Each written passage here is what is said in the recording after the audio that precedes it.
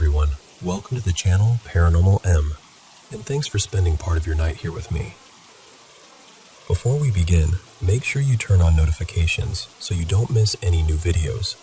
And if you've ever had an unexplained paranormal experience yourself, feel free to send it to me. The first story in tonight's video comes from someone who started noticing frightening changes in their life not long after moving into a new home. And it's one of those stories that stays with you. So lie back, listen closely, and hopefully by the end of this video, you'll be feeling calm and ready for a good night's sleep.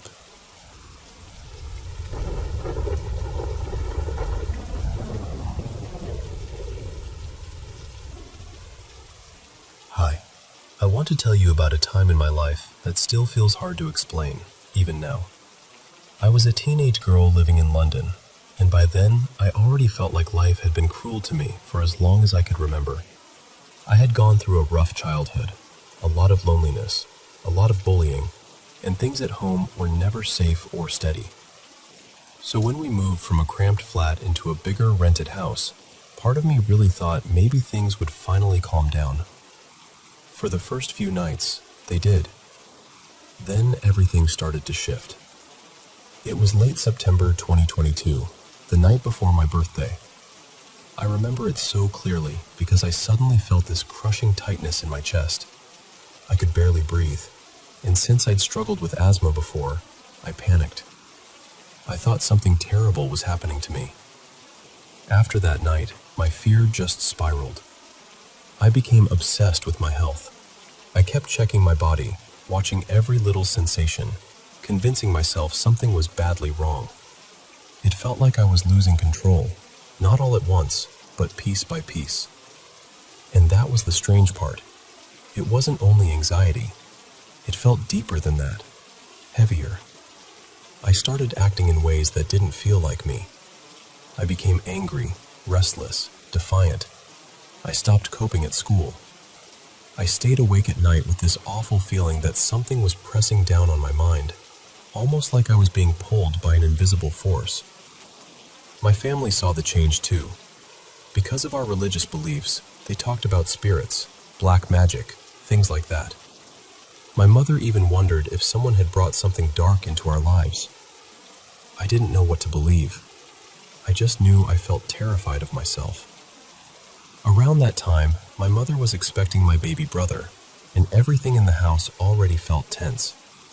Family members were visiting, arguments were happening, and the atmosphere felt thick, like the air itself was full of stress. At night, I started noticing what looked like a figure in the room, just standing there in the darkness.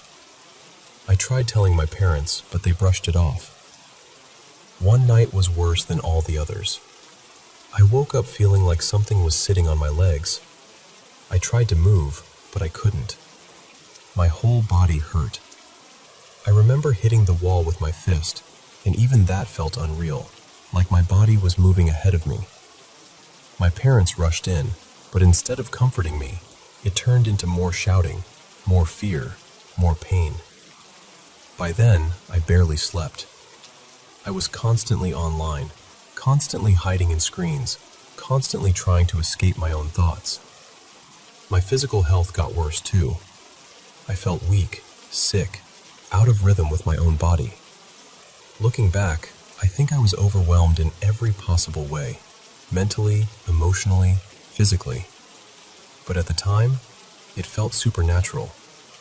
That was the only explanation that seemed big enough. Then in spring 2024, we moved again, this time to a bungalow. And strangely, after that, the intense feeling in that old house disappeared. I still struggled. I still had episodes where I acted recklessly, where I didn't understand myself, where I scared myself. But that trapped, haunted feeling wasn't the same anymore. There were still bad periods after that. I had times when I shouted, stole money from my parents, or felt like I was slipping into someone I didn't recognize. The last time I truly felt that old sense of being overtaken was early in 2025. Since then, it's been more like waves. Not gone, but different. Still, when I came home, things settled. So that's what I've been carrying. A period of my life where fear, trauma, family conflict, poor health, sleeplessness, and something I still can't fully name all collided. Sometimes I wonder whether it was a spirit, a jinn, something outside me. Other times, I wonder whether it was years of pain finally breaking through in the darkest way possible. I still don't have a perfect answer. I only know that, to me, it felt real. The fear was real. The heaviness was real. The sense of losing myself was real. And maybe that's the hardest part of all. Trying to understand whether I was being haunted by something unseen, or by everything I had already lived through.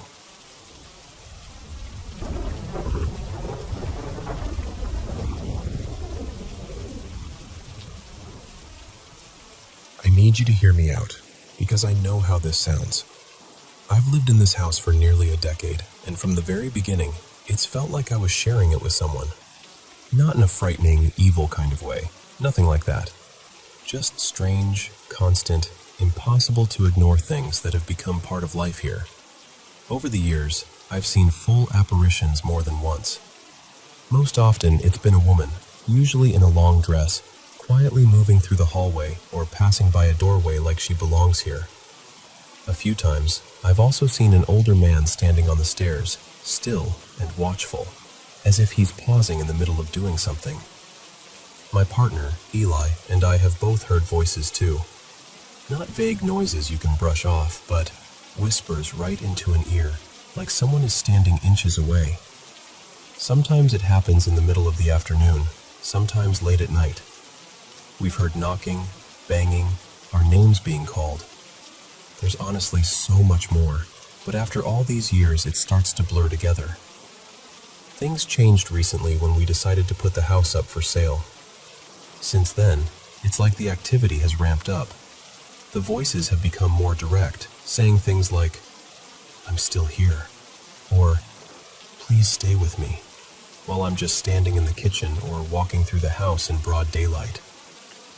I've been seeing the woman more often too, catching her crossing the landing or peeking around a door before disappearing. And then there's everything else. All at once, things in the house started going wrong in ways that felt almost absurd. A curtain rod in the front room suddenly came crashing down, even though it hadn't been touched in years. Then another one fell in a different room a few days later. We've had plumbing issues, leaks where there shouldn't be leaks, the water heater giving out, little disaster after little disaster. I know houses have problems, I do. But this felt different, like the place itself was resisting the idea of us leaving. Yesterday, I reached a point where I just couldn't ignore it anymore. I stood there and spoke out loud to whoever might be here. I asked what they wanted. I said that if they were attached to us or to the house, they were welcome to come with us in spirit if that gave them peace, but we really did need to move on. A friend of mine, Mara, who's always been sensitive to this kind of thing, was with me, and she said, "If you're listening, show us a sign. Let us know you mean no harm." Then last night, the strangest part happened. I was lying in bed scrolling through Facebook, half distracted, when a post popped up in a local history group. It wasn't even new. It was from years ago, and somehow I had never seen it before. The post showed an old black and white photograph of a couple standing outside my house sometime in the 1960s. And the second I saw them, my stomach dropped, because I knew them. I mean, not personally, obviously, but I knew those faces. They were the same two people I'd been seeing in this house all these years. The woman, the older man. It was them. Maybe that doesn't sound extraordinary to everyone else. Maybe it's just an algorithm, a coincidence, one of those random internet moments. But when you've lived with something for this long, when you ask for reassurance, and then suddenly find a photograph of the exact people you've been seeing, it's hard not to feel like you were being answered. I haven't reached out to the person who posted it. I keep thinking about it, but how do you even begin that conversation? "Hi, I think your late grandparents are still in my house." Feels like a terrible message to send a stranger. And honestly, if someone sent that to me, I'd probably never recover from the awkwardness of it. So I've just been sitting with it, trying to make sense of it. And more than anything, feeling oddly comforted by the idea that maybe they were never trying to scare us at all. Maybe they just didn't want to be forgotten.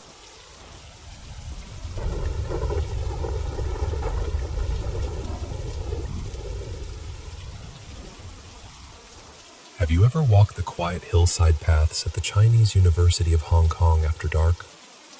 It feels different up there at night. In the daytime, the campus is calm and open, almost comforting. But once the sun goes down, the trees start whispering in the wind, the shadows stretch across the road, and even a familiar shortcut can feel strangely alive. There's one path students still talk about in particular.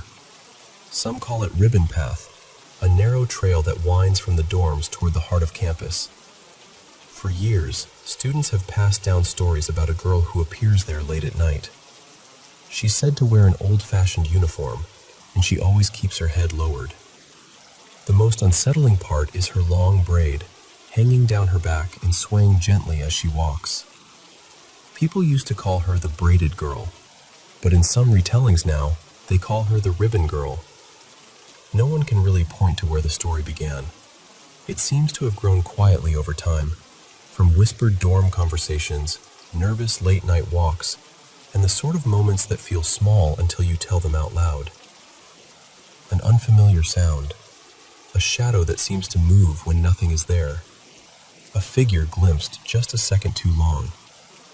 Little by little, those moments turned into a legend that settled into campus life. One version says the girl met a tragic end many years ago. According to the story, she was trying to reach the Ma Lu Shui area by clinging to a train during a time when many desperate people crossed into Hong Kong however they could.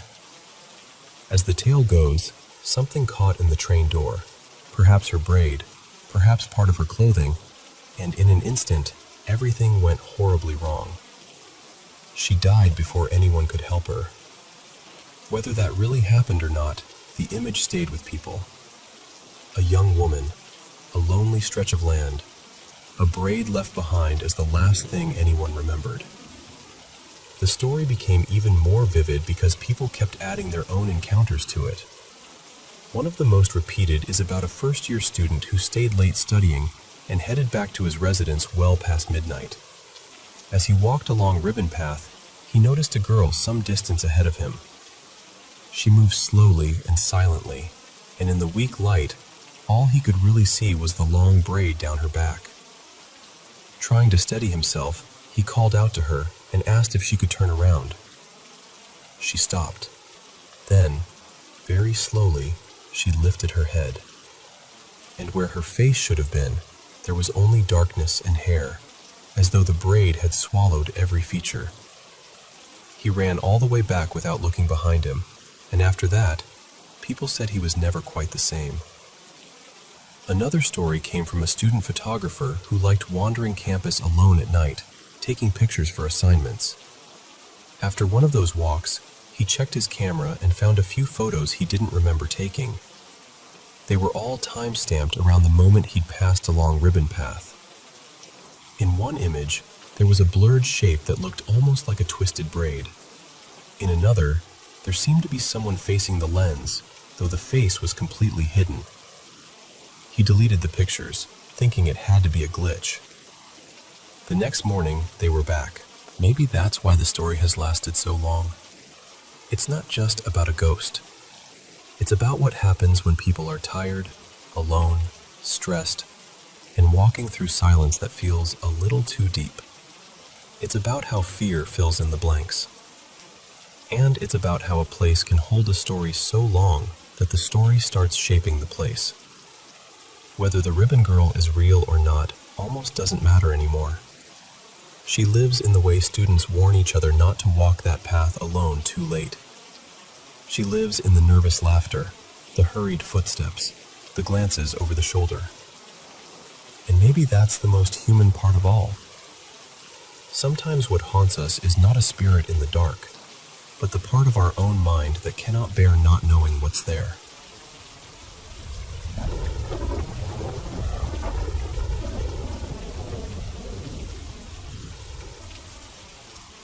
moved around a lot when I was a kid, but the place that stays with me most is the East Riding of Yorkshire.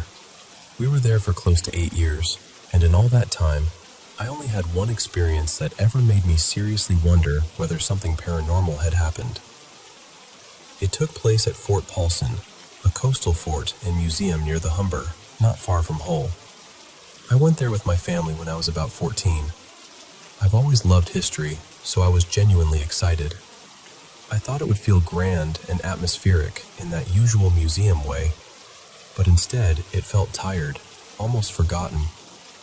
Parts of the place were shabby, some of the exhibits looked worn out, and the old mannequins in period uniforms were honestly more unsettling than educational.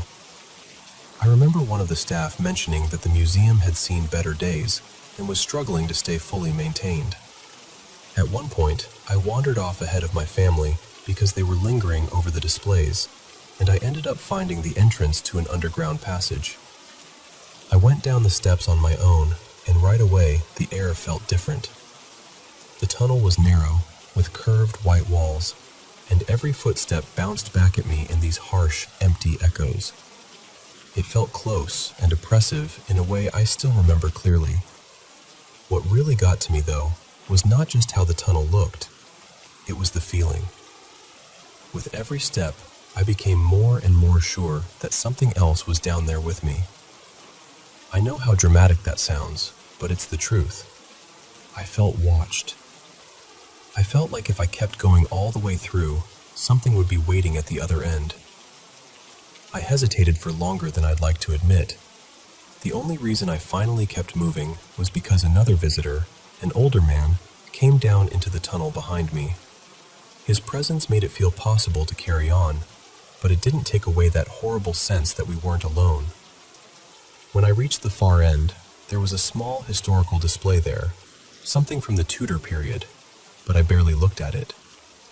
I turned around almost immediately and hurried back up to the surface, trying not to panic. Years later, before I wrote any of this down, I looked into the history of the place to see whether anyone else had ever felt anything similar. That was when I found out Fort Paulson had a pretty strong reputation for hauntings. Paranormal teams had apparently investigated it, and there were all sorts of stories attached to the site. People talked about an airman seen near one of the old aircraft exhibits, and there were stories about a woman in Victorian dress appearing near an old railway carriage. The story that unsettled me most, though, was the one about a soldier. According to local accounts, he had once been locked in an underground cell after some kind of offense while stationed there. Staff and visitors had reported hearing heavy boots in the corridors, and some claimed to have seen a dark figure moving through the underground spaces. A few even said they'd caught faint voices telling them to leave. What really stopped me, though, was reading that other people had described that same tunnel the way I remembered it. They talked about feeling crushed by the atmosphere, hearing voices, seeing shadows, even feeling as though unseen hands had reached for them. I can't prove any of that is real, and I'm not going to pretend I know exactly what happened. I only know what I felt that day. Standing in that tunnel, deep under the fort, I was absolutely certain I was not there by myself.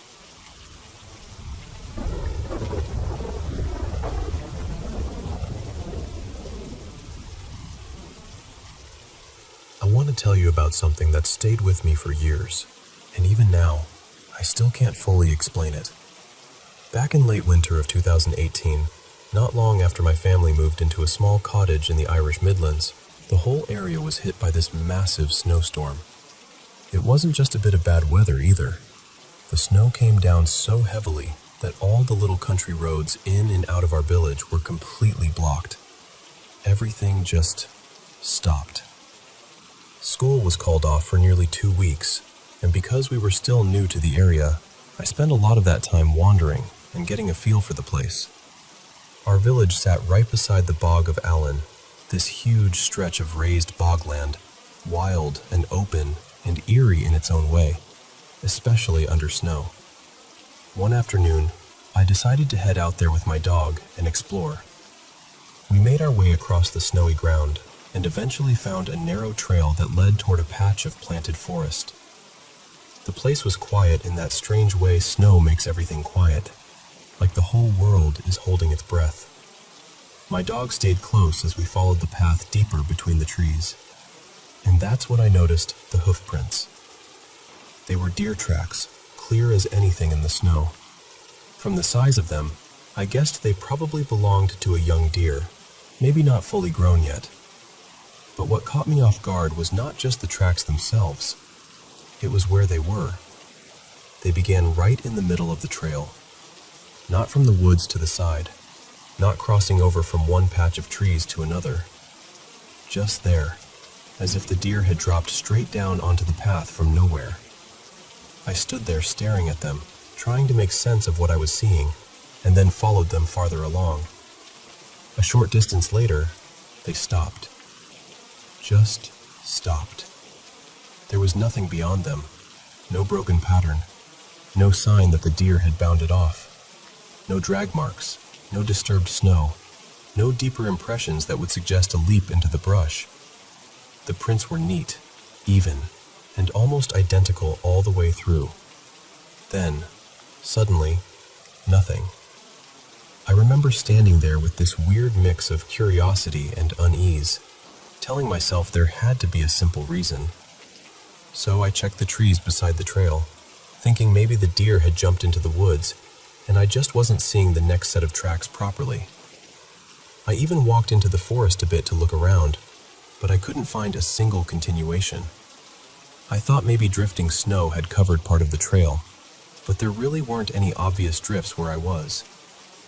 Then I wondered if fresh snowfall had softened or hidden some of the prints. But even that didn't quite fit, because the tracks that were there looked crisp enough. As best as I could tell, they simply started on the path and ended on the path. I still remember how strange that felt.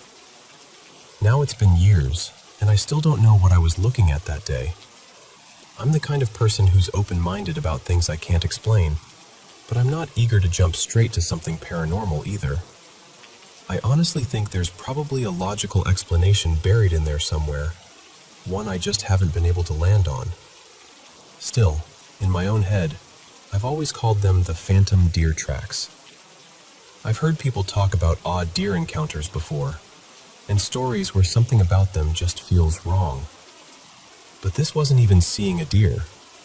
It was just the evidence of one, appearing and disappearing in a way that didn't make any sense. I know that doesn't exactly help my case.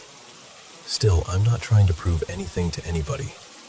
I know what I saw, or at least, what I found. I saw those tracks beginning in the middle of that snowy trail and ending just as abruptly. And to this day, I can't explain it in a way that feels complete. So that's the story. Maybe there's a perfectly ordinary answer I missed. Maybe there's not. But whatever it was, I've never forgotten that walk through the snow, or the feeling of standing there in the silence, staring at prints that seemed to come from nowhere at all.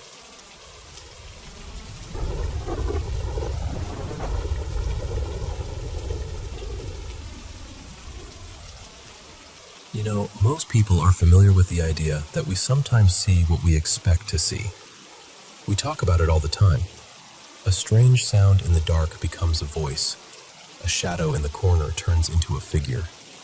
A sheet over a chair suddenly looks like something alive because the mind hates a gap and rushes to fill it. But I don't think people talk enough about the reverse. Sometimes the mind doesn't invent something that is there. Sometimes it erases it. There's this pattern people have noticed in colder places right at the beginning of spring, when motorcycles start coming back onto the roads after months of winter.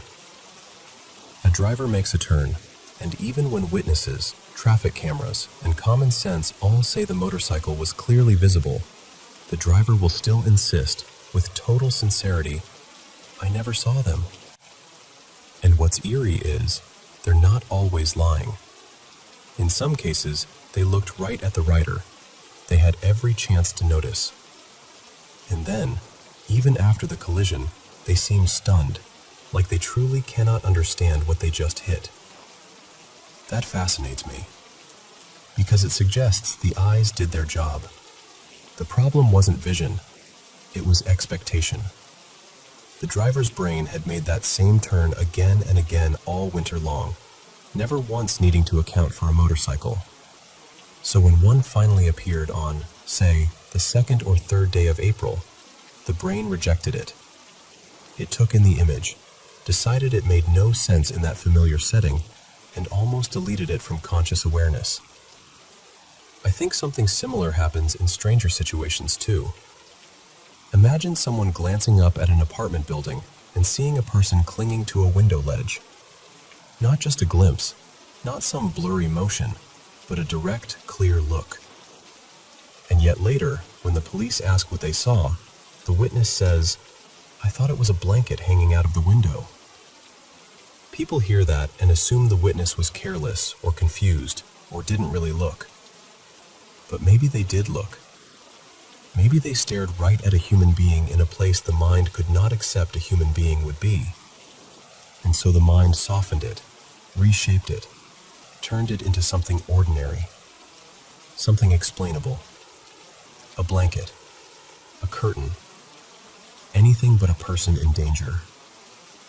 That's the part I keep coming back to. We always talk about imagination as the thing that adds. But what if imagination also subtracts? What if it smooths over the impossible so we can keep moving through the world without stopping dead every 5 minutes in shock? That's why I think this could happen with ghosts too. Not just people imagining ghosts where there are none, but people genuinely encountering something strange and having the mind immediately rework it into something harmless. A disembodied voice becomes wind through a crack. A figure at the end of the hallway becomes a trick of the light. A presence becomes just the house settling. And then later, we say the imagination caused the haunting, when maybe the imagination was actually the cover story. And if we can do that with joyful things, ordinary things, even familiar things, then why wouldn't we do it with something deeply unsettling?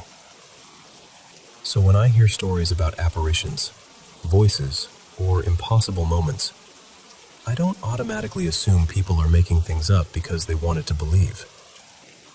Sometimes I wonder if the opposite happened.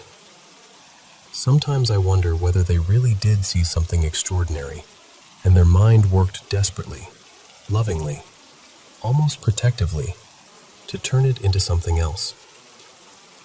Not because they were foolish, because they were human.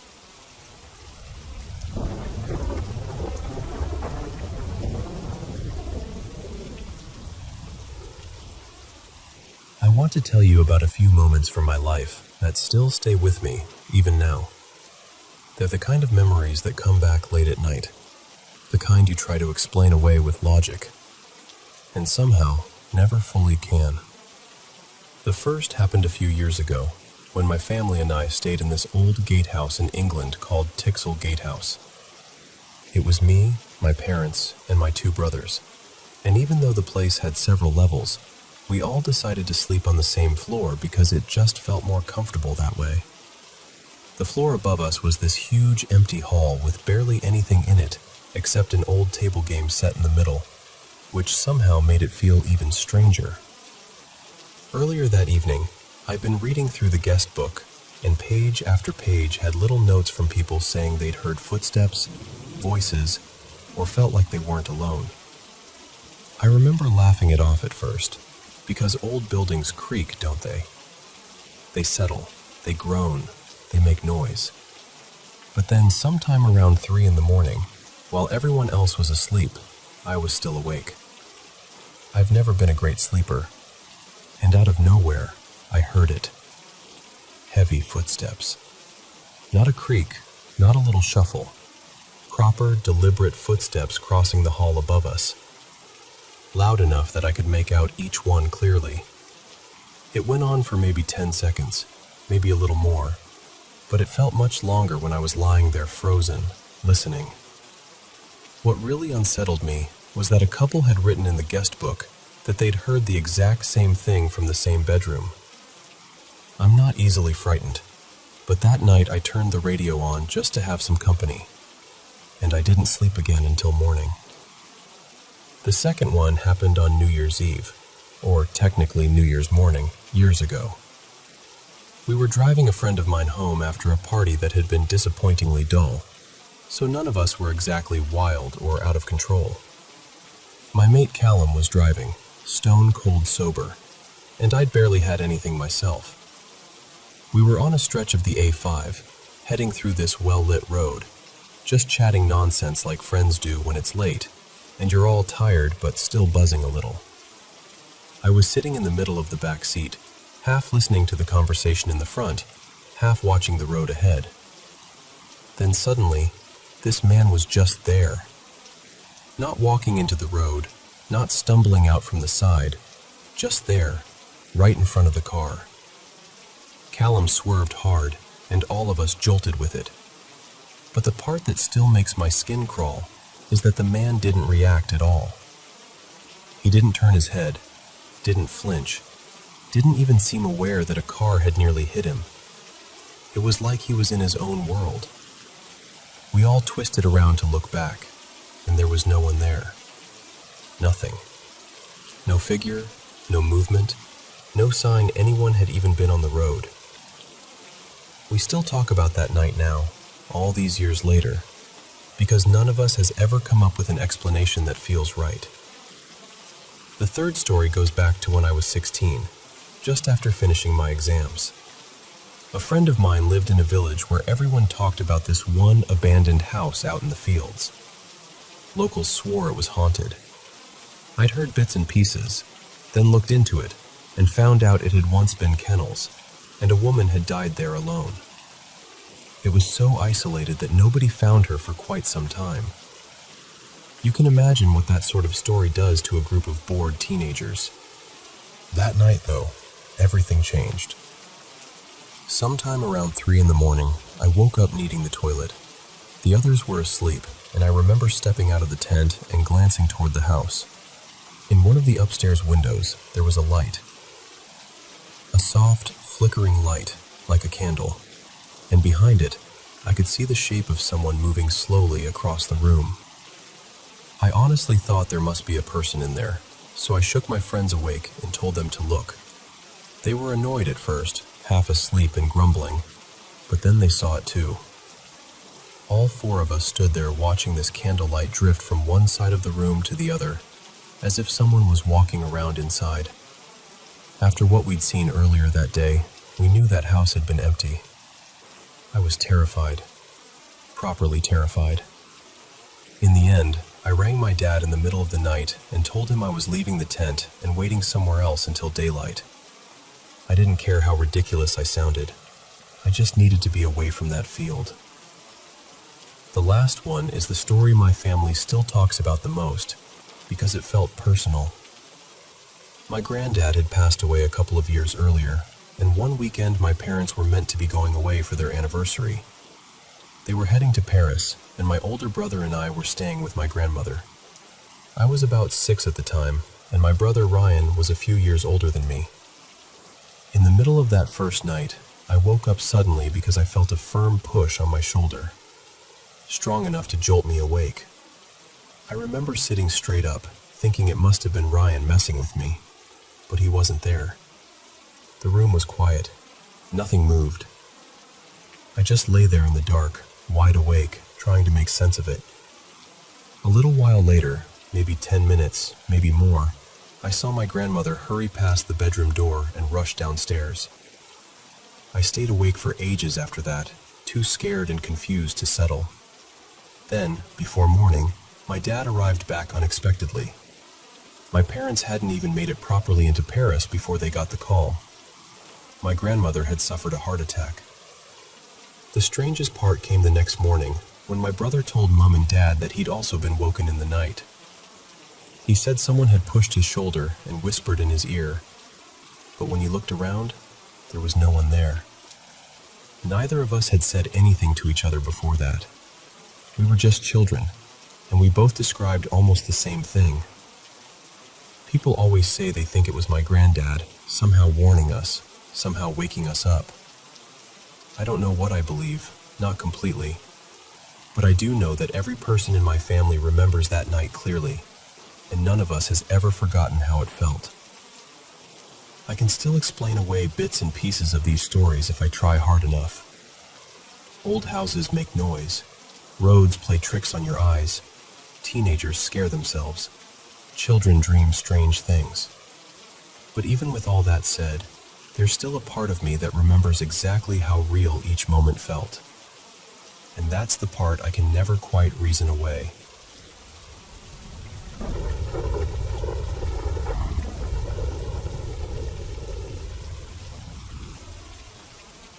So here's something I still can't fully explain.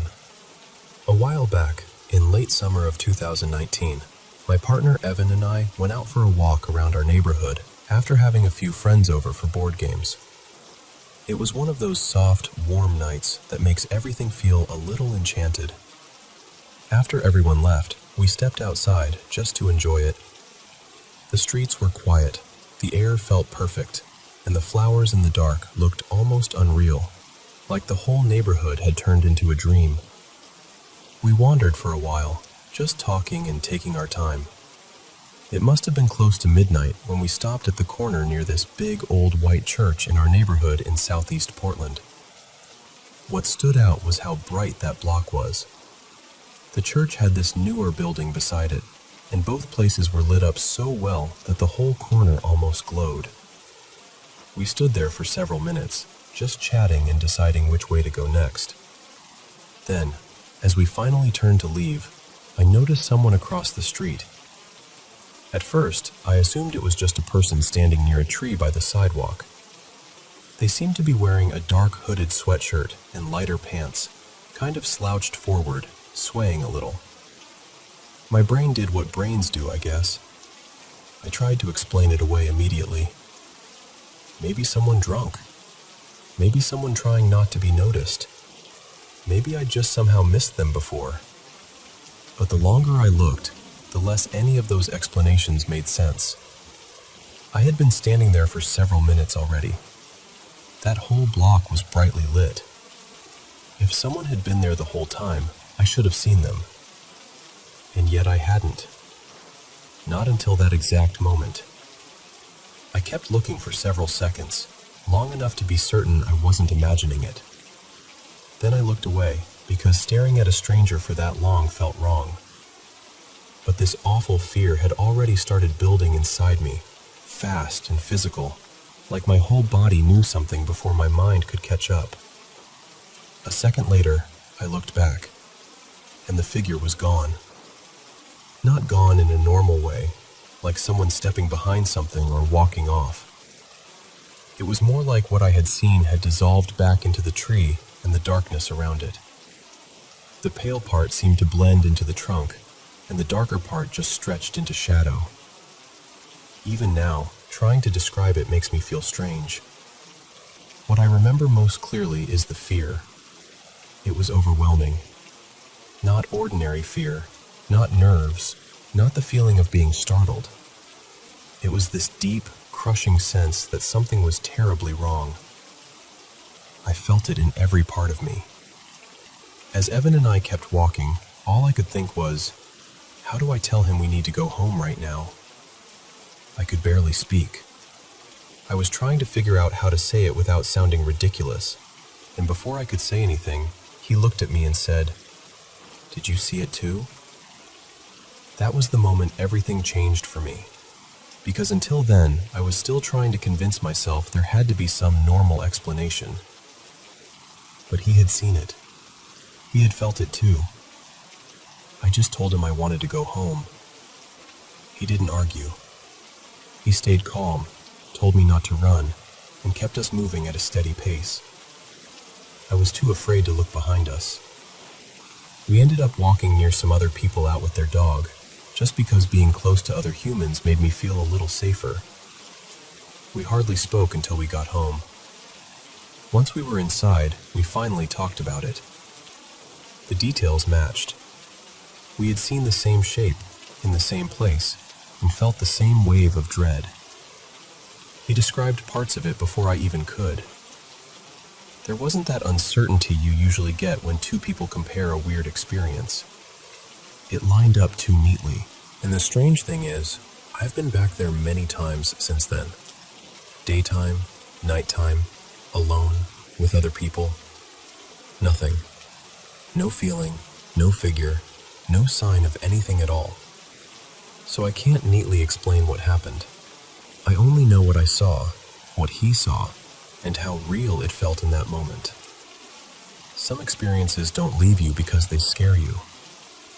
They stay because, somewhere deep down, you know you brushed against something you still don't understand.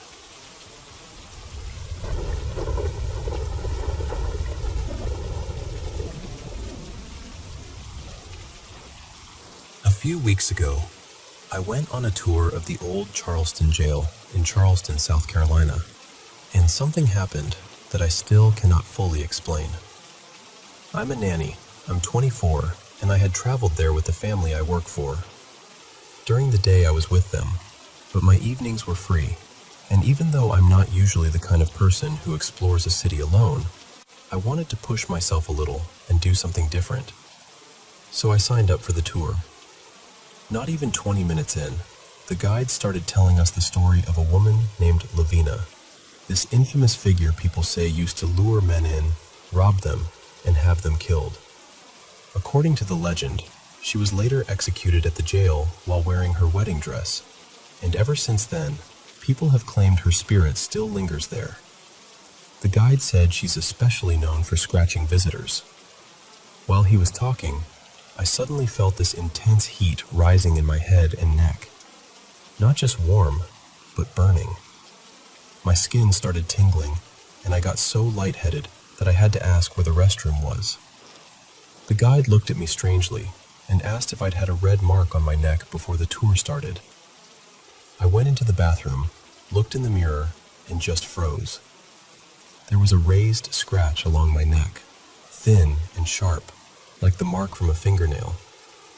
I know for a fact it had not been there before. I had checked myself in the mirror not long before the tour began, and I would have noticed something that obvious. The guide even took a photo and said it was one of the clearest marks he'd seen. As the tour continued, it only got worse. Hotter, redder, more painful. It honestly felt like something was still bothering me the entire time I was there. By the next morning, it had nearly disappeared, faded down to a soft pink line near my collarbone. But the scratch is only part of what's been bothering me. About a year ago, I went through a serious medical emergency. It was the closest I have ever come to dying, and it shook me in a way I still don't think I've fully recovered from.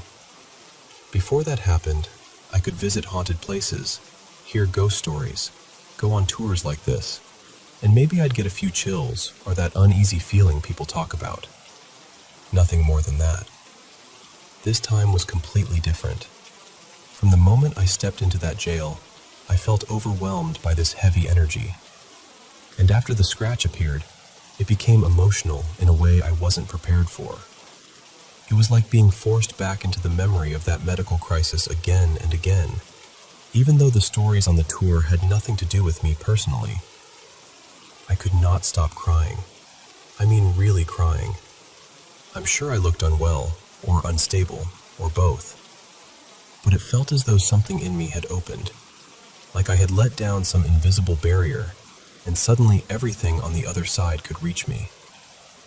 The guide told me that sometimes spirits are drawn to people who seem vulnerable, and he suggested that being a young woman out alone might have made me stand out. But honestly, I can't shake the feeling that what happened to me last year may have changed something. I don't know whether that means emotionally, spiritually, psychologically, or something else entirely, but I have not felt the same since. I've tried to explain all of this away. I really have. I thought maybe the mark came from my bag strap, but it was hanging on the other side of my body. I wondered if it could have been some kind of rash or skin reaction, but I've never had anything like that happen so suddenly, and definitely not with timing that strange. I'm still naturally skeptical, and part of me keeps trying to find a logical answer. But then something else happened last week, and that's what pushed me from unsettled into genuinely scared. Since then, I've been trying to make sense of everything.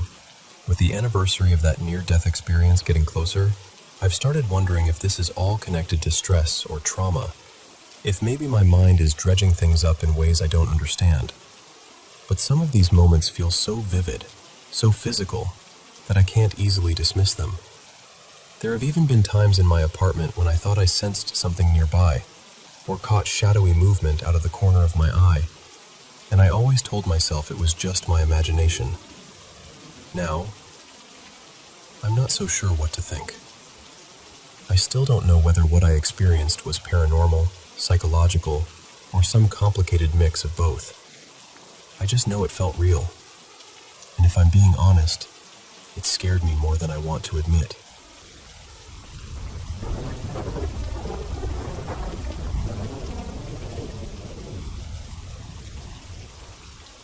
When I was about 8, my mom and stepdad moved us to a rural part of Missouri because they thought life would be better there and the work would be steadier. The house they bought sat near a very old cemetery, maybe a little over half a mile away across a stretch of open land, and there was this weathered little church nearby that had been abandoned for years. Me and the neighborhood kids used to wander through it all the time, just treating it like some mysterious old place to play. Back then, it didn't scare me at all. That changed around my 10th birthday. My mom had me invite a bunch of girls from school for a sleepover, and after cake, presents, and all the usual birthday stuff, we were sent outside to play before it got too late. I wanted to show everybody the old church, so that's where we went. One girl in the group, kind of quiet and off on her own most of the time, drifted away from us and started walking through the cemetery. My mom had always told me never to mess around in there, so when I saw her stepping over graves and acting disrespectful, I got upset. We argued, and I ended up running back to tell my mom. Not long after that, since evening was settling in anyway, she made all of us come back inside. Later that night, all of us were in my room getting ready to sleep, still whispering and giggling the way kids do, when suddenly the bedroom door slammed shut on its own. Every one of us jumped. We screamed, and my mom came rushing in, irritated and half convinced somebody was fooling around. She told us it was probably just the air kicking on, told us to settle down, and walked away. A few minutes later, before we'd even turned the lights out, the door slammed again. This time it didn't stop there. It started shaking against the frame, rattling like somebody was gripping the knob from the other side and jerking it hard. My mom stormed back in, more annoyed than concerned, and accused us of making a scene. We kept telling her it wasn't us, but she didn't buy it. She turned the light off, left the door cracked open, and told us to go to sleep. I was terrified of the dark back then. Really terrified. But because the other girls didn't want a nightlight on, my mom wouldn't let me have mine. So when that door slammed shut a third time and the room dropped completely into darkness, I lost it. I started crying hard, just panicking. Instead of comforting me, my mom got angry. She yanked me out of bed, warned the other girls to be quiet, and made me sleep on the couch in the living room by myself. I remember lying there, crying into my pillow, trying to be silent. After a while, I felt something tug at my blanket. Just a little at first. I froze. Then I slowly lifted my head and saw something I still can't fully explain. It looked like this black, thick, smoky shape, almost hairy around the edges, sliding down the couch. And it seemed attached to a larger mass of the same dark fog that was resting on top of the TV cabinet across the room. I couldn't move. I couldn't even breathe right. I just watched it. When that thing started coming back toward me across the room, that was when I finally screamed. A real scream. My stepdad came in this time, flipped on the lights, and the whole thing vanished. Just gone. I was shaking so hard I could barely speak. He saw how hysterical I was and told me to come sleep in their room. Once I was there, I finally calmed down enough to fall asleep. But it didn't end that night. That was when the dreams started. For the next several weeks, I kept having the same nightmare over and over. Every time, I woke up sweating, terrified, and ran straight to my parents' room. Then one night, the dream changed. It ended in a way that was so violent and disturbing that even now I don't like thinking about it too long. After that, the dream stopped completely. But so did most of my dreaming. It was almost like some part of my mind just shut down to protect itself. And honestly, ever since then, it has felt like whatever attached itself to me that night never really left. Over the years, strange things have kept happening no matter where I live. Keys disappear and turn up in places they absolutely should not be. Not just mine, other people's too. Houses make odd sounds that nobody can explain. People I've lived with have seen things happen. Objects get knocked over, sometimes thrown. The longer I stay in one place, the stronger it feels, like it settles in and gets comfortable. Moving seems to weaken it for a little while, but never for long. It hasn't truly harmed me, not directly anyway, but it always makes itself known. That's the worst part. It lingers, it watches, it makes the whole house feel uneasy.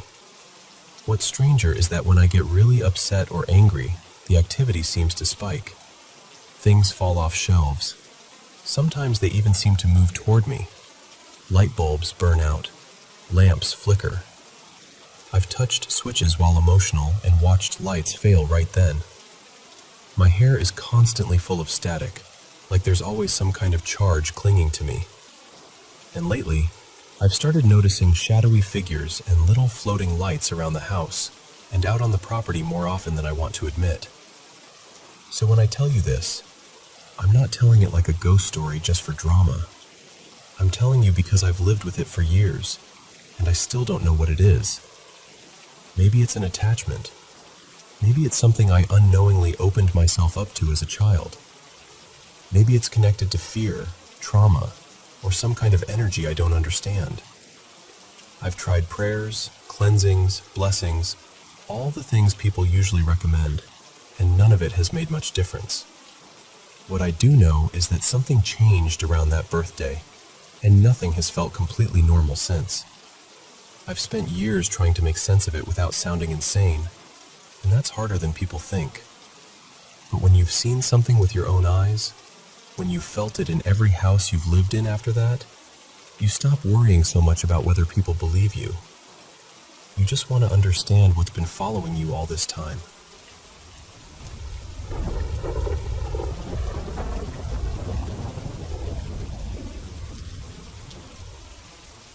You know, this happened in the early 1990s, and on the surface, it was not some huge cinematic ghost story.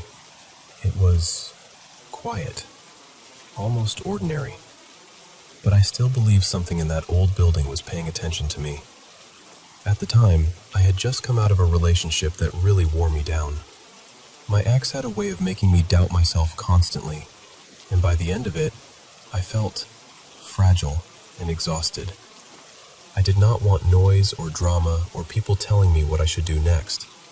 I just needed a place where I could breathe, be alone, and slowly feel like myself again. So I found this lovely little apartment in a small mill town in New Hampshire. It was on the second floor of a brick building that had been there forever, probably more than a century.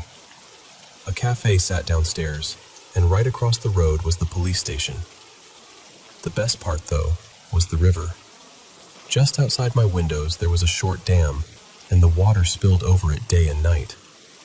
Not loud in a harsh way, just steady and soothing. The ceilings were tall, the windows were huge, and the whole place felt full of light. Even though it was only a one-bedroom, it felt open and airy, like it had room for me to start over. The day I moved in, I was by myself. I did not have much, just a carload of boxes and small furniture, and I kept going up and down this narrow stairwell from the street to the apartment. At some point, I left my keys on the kitchen table and headed back downstairs for another box. When I came back up, balancing it in my arms. I turned the knob and the door would not open. The strange part was this: the knob itself did not lock. The only way that door could be locked was if the deadbolt had been turned from inside, or locked with a key from outside. It could not just click shut on its own. There was also a wide peephole in the door, with a little cover on the inside. I managed to slide it open with my fingers, and tried reaching in, hoping I could flip the deadbolt back. My arm was nowhere near long enough. And this was before cell phones, because apparently human beings once enjoyed raw inconvenience as a lifestyle. I did not have my landlord's number with me. The cafe was closed. The apartment next door was empty. So the only thing I could think to do was walk across the street and ask the police for help. There were 2 officers inside, and they looked about as busy as you would expect in a tiny town on a quiet day. I explained what had happened and asked if they knew how to contact my landlord. They did not. Then I asked, half embarrassed, whether they could help me get into my own apartment.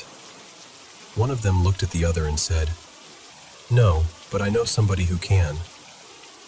That was not the most reassuring sentence I had ever heard. One of the officers drove me a short way up a hill to a small house. He knocked, and a young man answered. He was in his 20s maybe, and he was a little person, not even 4 feet tall. The officer clearly knew him. After a bit of chatting, he explained my situation and asked whether he could help.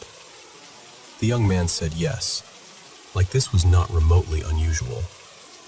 So the 3 of us drove back. We climbed the stairs to my apartment, and the young man opened a closet in the hallway and looked inside. Then he said, "Huh, there used to be a crate in here." The officer asked, "Need a boost?" He nodded. I invited them both inside to thank them. We talked for a few minutes, and that is when I learned the young man, whose name was Marin, had once lived in that very apartment. Then one of them, I think the officer, said very matter-of-factly, "This building's haunted." No smile, no joke, just stated like the weather. He added that the building across the street had stories too. I had already heard rumors about an old tavern nearby, about kitchen staff seeing a man in an old-fashioned hat, about dishes moving for no reason. So hearing that did not even scare me as much as you might think. It was more like, all right then, good to know. I never even asked what they had seen. I still do not know why. Life settled after that. A woman moved into the apartment next door later that year, and we became friendly. One day she told me, completely out of nowhere, "My apartment is haunted. I know it is." I had never told her a word about what happened on my move-in day. Not one word. She could not explain it exactly. She just felt it. Her cat kept staring into empty corners and reacting to things she could not see. Mine did that too. Then again, cats are little weirdos on the best of days, so who knows? Still, those years in that apartment were some of the happiest, healthiest years of my life. I got stronger. I rested. I picked up hobbies again. I made new friends. I even started dating a kind, steady man who treated me like I was not some puzzle to be broken apart and rearranged. And through all of it, that waterfall was there in the background, every day, every night. Much later, I remembered something a psychic had told me years before. She had said I needed to live somewhere I could hear moving water. I had forgotten all about it until then. But the moment it came back to me, I just knew that apartment had been part of my healing. And the funny thing is, nothing else ever really happened. No flying objects, no shadowy figures, no cold hands on my shoulder in the dark. Nothing. Not until the day I moved out. That day looked almost exactly like the day I moved in, only backward. I was carrying boxes down to my car, going in and out, doing the last of it. Then I came back up the stairs, reached for the knob, turned it, and the deadbolt had locked itself again. This time, though, I had my key in my pocket, So I just stood there for a second and laughed. Then I unlocked the door and said, out loud, "Nice try. You almost had me again." And that was it. It was never a violent feeling in that apartment. Never dark. Never threatening. Honestly, it felt more like something in that place wanted me to notice it. Like it was aware of who came and went, and for whatever reason, it had taken a particular interest in me. Maybe it was just mischief. Maybe it was timing. Maybe it was coincidence wrapped in a place that carried a lot of old energy. But I still think about it. I still wonder what a new tenant would say if I knocked on the door and asked whether anything odd had ever happened there. Maybe one day I will.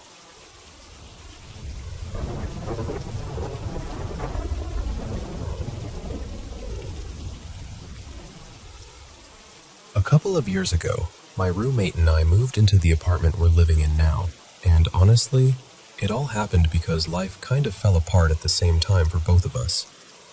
He had just gone through a separation from his wife, and since I'd been living with them, that meant I suddenly had nowhere to go to.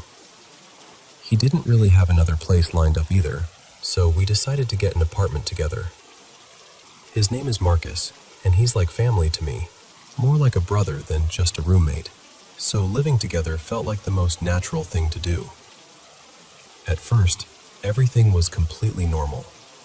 For maybe the first 5 or 6 months, there really weren't any problems. We got along well, the apartment felt fine, and it seemed like we'd landed on our feet.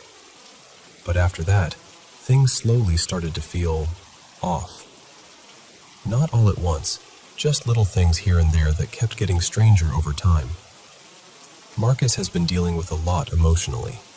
He struggles with depression, anxiety, complex trauma, and a few other mental health issues. And after the separation, all of that got a lot heavier for him. Around that time, a friend of mine who's always been very spiritually sensitive told us she felt like he had something attached to him. She said it had been there for years, possibly since childhood, tied to trauma he went through when he was young. She also said he seemed unusually vulnerable to attracting things, spirits, energies, whatever you want to call them. What made that harder to ignore was that both of us had already seen these shadowy figures around the apartment before she ever said anything. At first we brushed it off, because what else are you supposed to do with something like that? But eventually things seemed to get more intense. Marcus started having terrifying nightmares. His mood would shift in ways that didn't feel like him, and he said he was having intrusive, violent thoughts, and even thoughts about hurting himself. There were also scratches showing up on him. At that point, he asked my friend for help, and she did something that she said got rid of it, though she never explained exactly what she did. For a while after that, things calmed down. It felt like maybe we were past it. But lately, it seems like everything is building again. We've started noticing the shadow figures another time. Our dog has this habit now of staring into empty corners of the apartment like he's watching something we can't see. Kitchen cabinets have been found hanging open for no clear reason, and one morning I came out and several of them were open again, even though nothing had been knocked over or disturbed. I've also noticed strange smells drifting through the apartment at random times, like cigarette smoke, flowers, or strong perfume, even though neither of us uses anything like that. One thing that really unsettles me is my bedroom door. I always shut it firmly before I go to sleep, and more than once I've woken up in the middle of the night or in the morning and found it standing open. I know I closed it. That part really gets to me because it feels so direct. And to be honest, this past year has already been hard enough without all of this. Early last year, I lost my father, and a few months later I changed jobs because the stress at my old one was just too much. The new job is better, and I'm doing a little better than I was, but I'm still carrying a lot. I'm still grieving, still handling family responsibilities, still trying to find my footing after losing him. I know this all sounds rambling and maybe a little unbelievable, but I'm telling it as honestly as I can. I've reached the point where I don't know what to think anymore. Part of me wonders whether Marcus's mental state is somehow affecting the whole atmosphere in the apartment, or whether stress and grief are messing with my head too. Another part of me feels certain that something is there, something we still don't understand. At one point, I even said out loud that whatever it is could stay, as long as it didn't hurt anyone and kept the peace. But if this thing is real, it doesn't seem especially interested in me. It seems drawn to Marcus, like it wants him to know it's there. I guess what I'm really trying to say is this.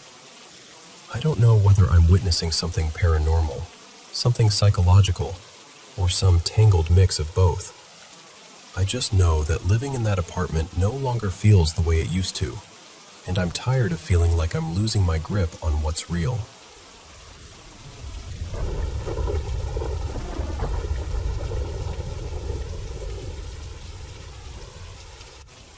I want to tell you about someone I met when I was very young, someone I've never really been able to forget.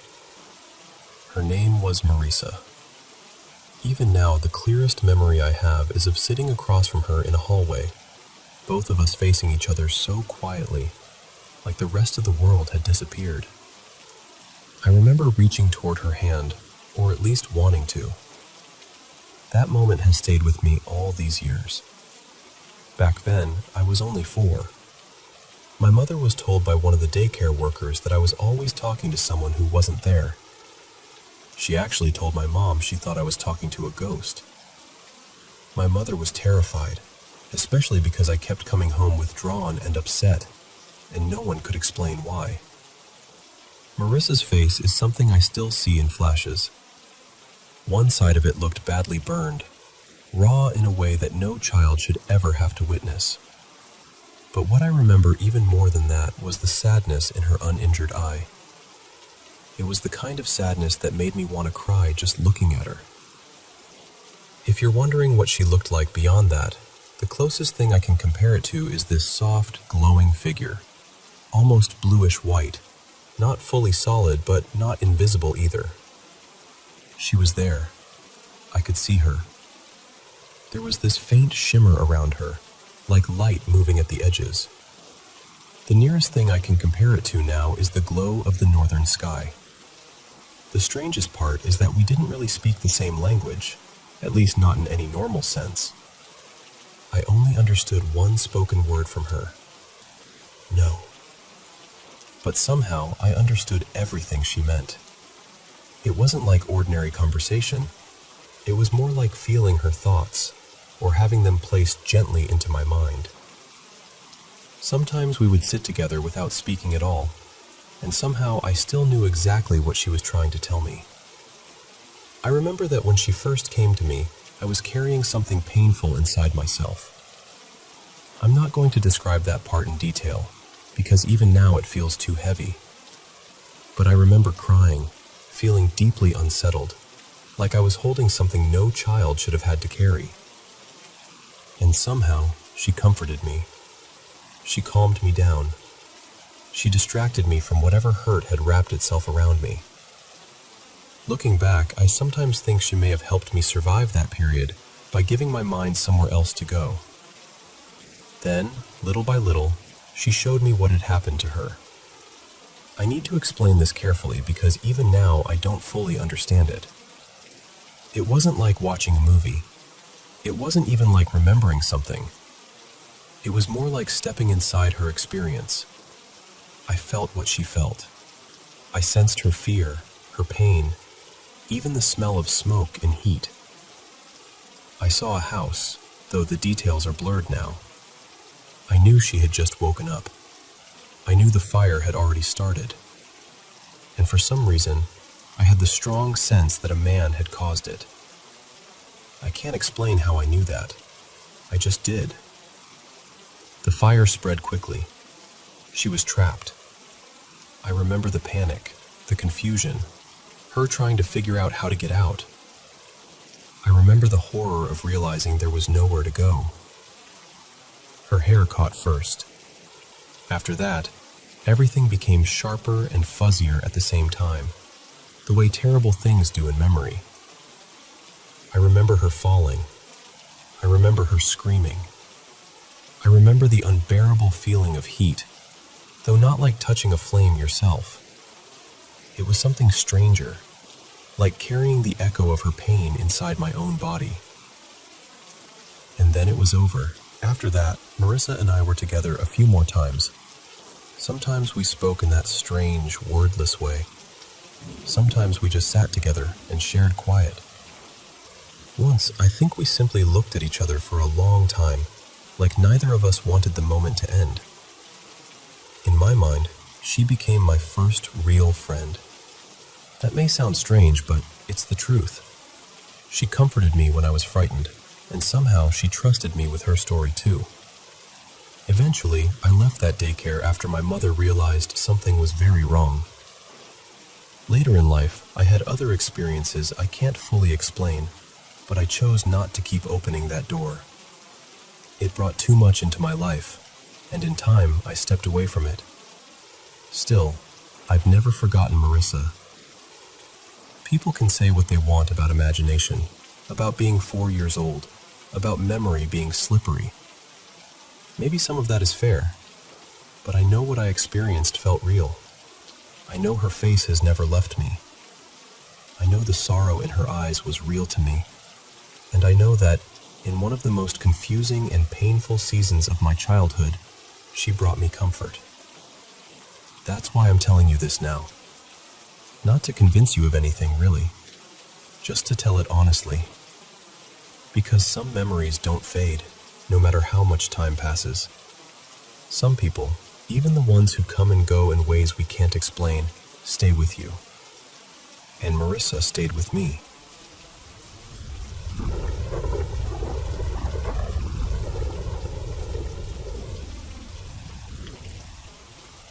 When I was about 2 years old, my mom got remarried, and we moved into this old house at the edge of a quiet little wooded town.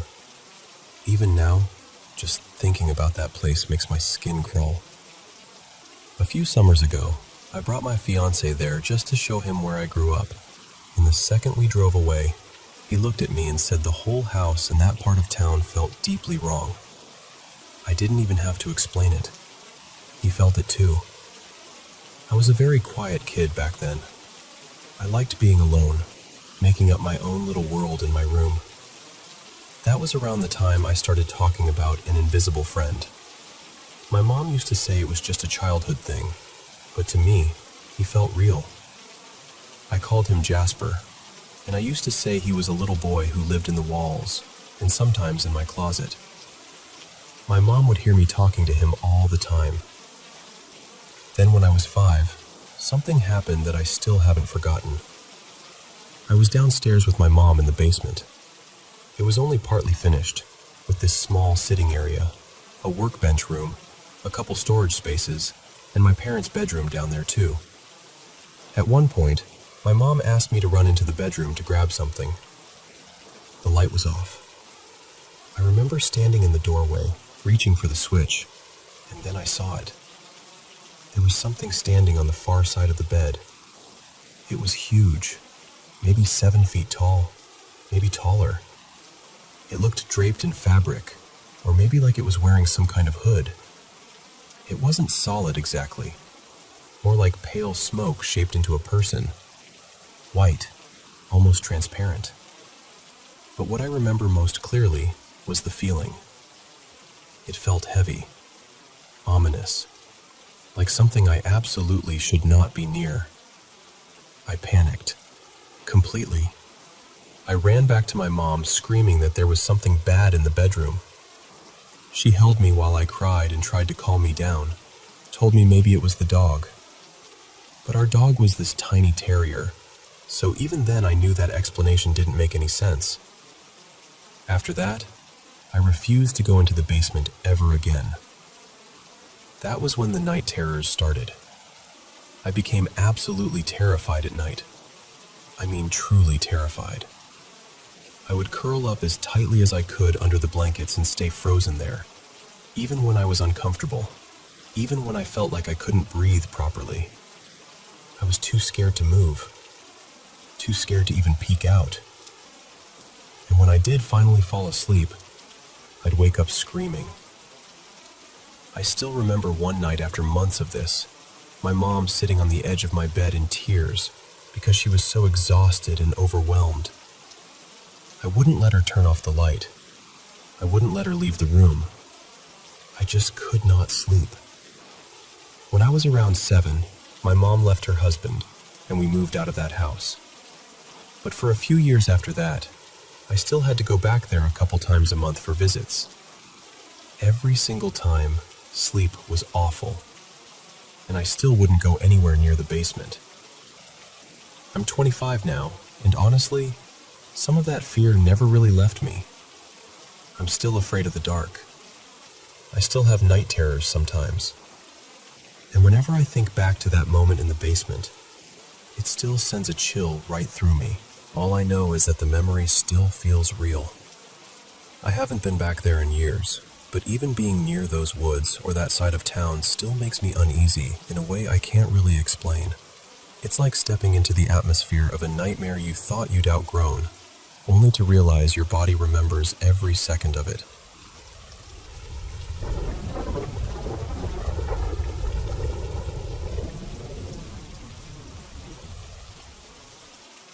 I've been drawn to ghost stories for as long as I can remember. Even as a kid, anything mysterious or unexplained had my full attention. I was around 11, maybe 12, and my parents took my sister and me to stay at the Hotel del Coronado. That was nearly 20 years ago now, but I still remember the feeling the place gave me the moment we arrived. It was beautiful, of course, but there was something else in the air too. Something heavy. Not exactly bad, just unsettling in a way that made my skin prickle. At the same time, I was thrilled. The old-fashioned elevators were still running then, with an attendant operating them, and downstairs there were little shops and long hallways that felt charming and eerie all at once. I especially remember one lower-level corridor that gave me the strangest feeling, like I wasn't supposed to linger there too long. I kept asking my parents if the hotel had any ghost stories attached to it, or if anyone had ever seen anything unusual there. They didn't really know, so we went to the front desk and asked. The staff handed me a brochure about a woman said to haunt the hotel grounds.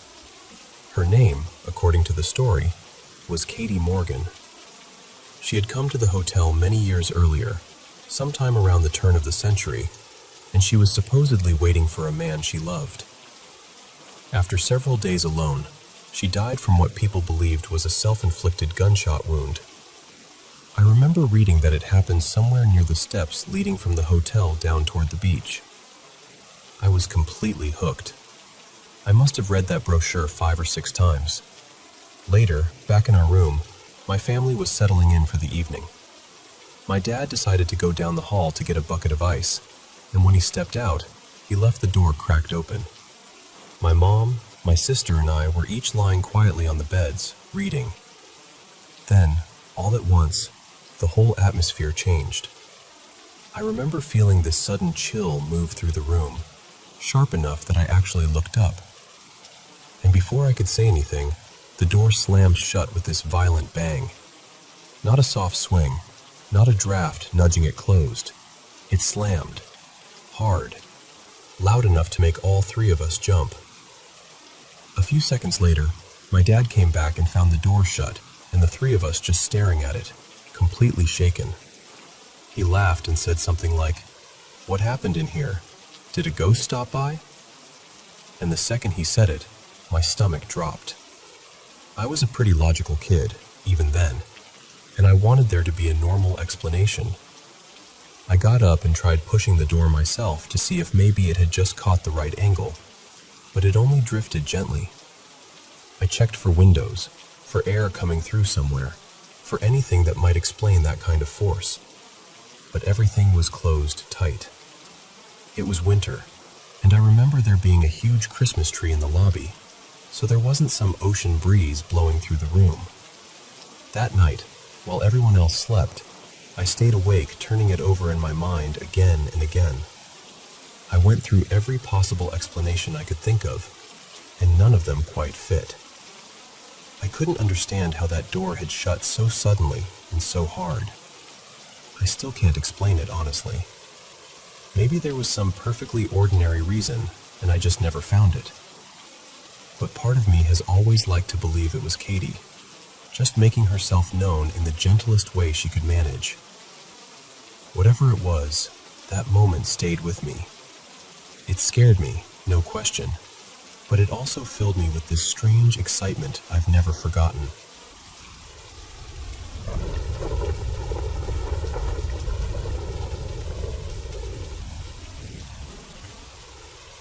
Hey everyone, and welcome back to the Paranormal M channel. How was your day? I'm always happy to be here sharing paranormal experiences from all around the world, hopefully helping you unwind and sleep a little better. Thank you so much for sending in your stories. Don't forget to subscribe and turn on notifications so you'll be the first to catch the newest videos. Now, let's get into today's paranormal experience. Good night. So, I was on YouTube a few nights ago, half paying attention to one of those late-night rabbit holes. Cursed paintings, haunted portraits, all that. People telling stories about artwork that holds something. At first it was just spooky background noise while I scrolled, and then something in me shifted. It's hard to explain, but it felt like a door in my head cracked open.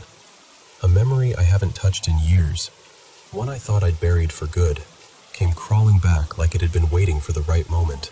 And now, I've been dreaming about her again. I was around 10, maybe 11, the first time I saw her. It was a hot summer in the early 90s. We lived in this little house in the city, but our backyard ran right up against this stretch of woods that felt wrong. Not, oh, it's just dark in there wrong. More like the kind of quiet that makes your skin itch. The kind of quiet where you feel watched even with the sun out.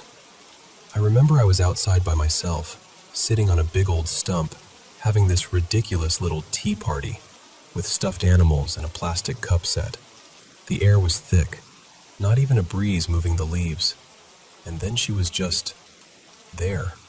A little black girl, about my age, white dress, bare feet, hair in 3 neat plaits that hung down like ropes. And I didn't hear her approach, didn't see her come through the yard. 1 second I was alone, and the next second she was standing in front of me like she'd always been part of the scene. She smiled at me, like she knew me already, and asked, real politely, if she could play. And here's what still bothers me. I should have been scared, but I wasn't.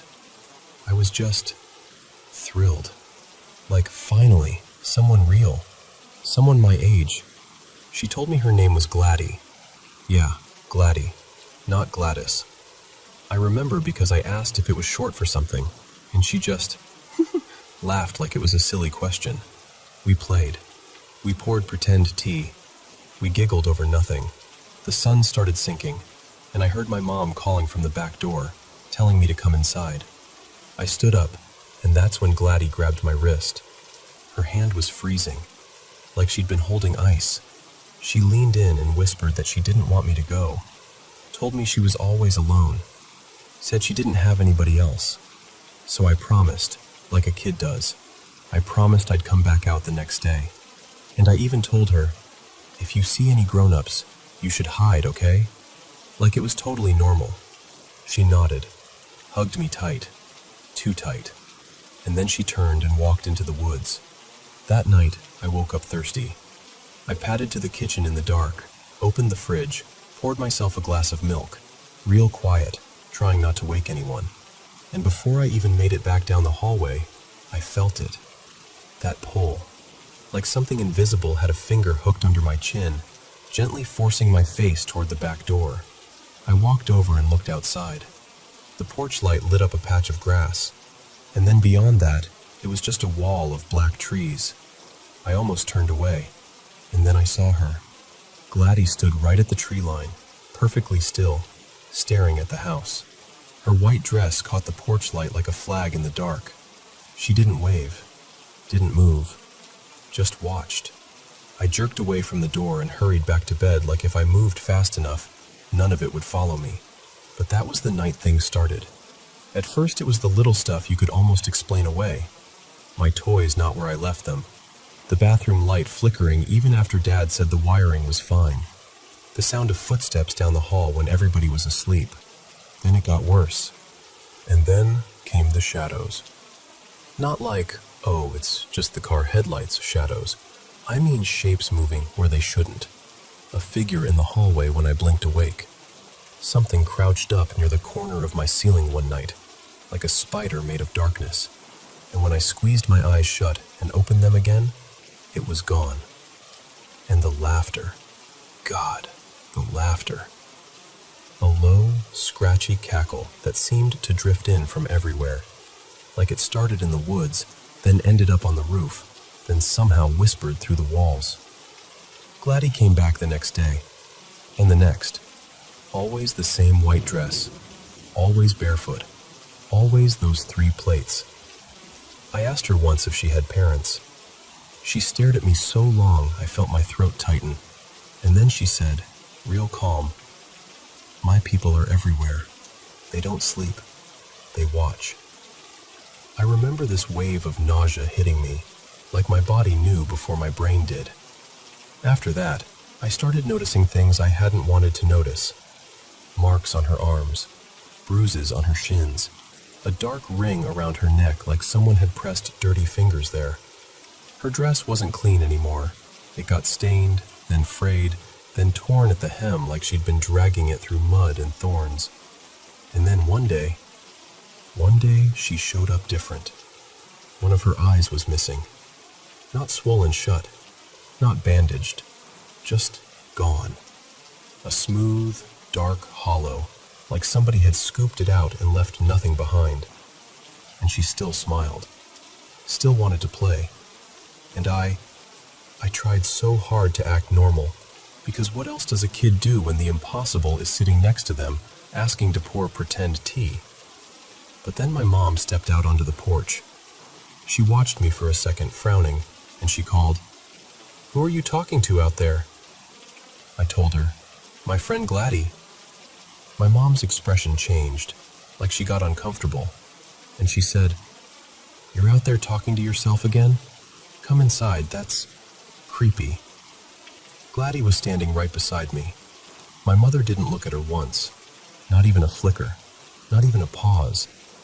When my mom went back inside, I whispered, "Why can't she see you?" Gladys smiled like she'd been waiting for me to ask, and she said, "Only the ones I pick get to." And then she opened her mouth. Not like normal talking. I mean, she opened it too wide, wider than a child's jaw should ever go, like it didn't have joints, like it was a doll being pulled apart. And her teeth weren't teeth. They were small and pale and smooth, like little bits of bone. That's when I stopped going outside. I stayed inside no matter how sunny it was, no matter how bored I got. I'd sit by the window and just stare at the woods, trying not to blink. But she still came. I'd feel her, hear that soft scrape outside, like bare feet on dry ground. Sometimes I'd see her at the edge of the yard, just standing there, waiting. The last time I saw her, it was later in the afternoon, and the woods looked darker than they should have. She leaned in close and whispered, "I'm going home now. Everybody's gonna know I went home." Then she turned and walked into the trees, and that's when I saw it. A huge black dog was waiting for her in the shadows, bigger than any dog I'd ever seen, shoulders high like a small horse. It didn't pant, didn't wag, just stared with this heavy, patient stillness. As soon as Gladys stepped into the woods, the dog followed. That night I dreamed of her. I was standing in this pitch-black room, and the only light came from a tall window, white curtains snapping and thrashing like something was trying to claw its way in. Rain hammered the glass so hard it looked like it was bending. Gladys stood there in front of the window, the black dog beside her. Neither of them moved. Neither of them spoke. They just stared at me like they were waiting for me to do something. I woke up choking, like I hadn't been breathing, and honestly, I almost believed that. Until the day my dad took me to visit his friend. an older woman named Miss Maddie Ray. Her house was full of odd little antiques and dusty knickknacks that made everything feel older than it should have been. While the adults talked, I wandered the living room, and then I saw it, a painting on the wall. My stomach dropped so hard it felt like the room tilted. It was her, Gladdy, same white dress, bare feet, 3 plates, and right next to her was that massive black dog. Behind them, the tall window with the white curtains whipping in the wind, and rain streaking across the glass. It wasn't similar, it was exact. I couldn't breathe. I just stood there staring like my body forgot how to work. I asked Miss Maddie Ray who the girl was, and she said she'd bought it at a flea market from a coastal woman. Said the seller told her it was painted way back, early 1900s or so. Miss Maddie Ray said the story was that the girl was the child of a root worker, a healer, a conjure woman, something like that. And the girl went missing. Nobody ever found her. The painting was made so people wouldn't forget her face, like keeping her seen would keep her close. I remember thinking, even as a kid, why would you want that in your house? Years went by. Then Miss Maddie Ray died. My dad took me with him when we went to pay respects and helped sort through a few things. And the painting was still there, hanging in the same spot. But this time, the girl was gone. Just gone. The window was still there, the curtains, the rain, and the black dog. Only the dog remained, staring out from the canvas like it had been waiting for me to notice. So yeah, that's why those YouTube videos got under my skin. Because now I'm dreaming about her again, and I can't stop thinking about that painting, about what it means that she disappeared from it, but the dog didn't. And I don't know what's worse, the idea that I imagined everything, or the idea that I didn't.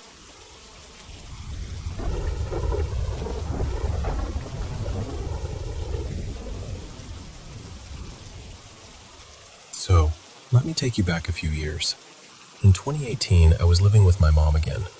I'd been there a couple years after getting out of a marriage that really broke me down. Being with her felt like breathing again. Safe, familiar, steady. But eventually, you know how it is, I started craving my own space. Somewhere I could rebuild and hear my own thoughts. I applied for a few apartments, not expecting much, and then one afternoon I got a call. A small 1-bedroom had opened up. I said yes almost immediately, like my mouth answered before my fear could catch up. And I was scared. I hadn't lived alone in a long time. Plus, I've always had this weird fear of the dark. Not just the lights-off kind, more like the feeling that darkness can hide things. Still, I moved in, and I was genuinely excited. That first night I stayed busy on purpose. Hung curtains, shifted furniture around 100 times, unpacked boxes until my arms felt like jelly. By around 11:30, I was exhausted. I showered, got into bed, and turned the TV on because I can't sleep in total silence. My internet wasn't set up yet, so it was just the glow of the screen and whatever random channel came through. And I drifted off. But sometime in the night, I heard something in my closet. It sounded like something sliding. Then a soft thump, like it fell. Even half asleep, it scared me so badly my whole body locked up. I didn't move. I didn't even breathe right. I just laid there, whispering prayers in my head like, "Please, God, don't let me see anything I'm not supposed to see. Please protect me." I stayed frozen until morning. When I finally got up for work, I forced myself to open the closet, bracing for, I don't even know what.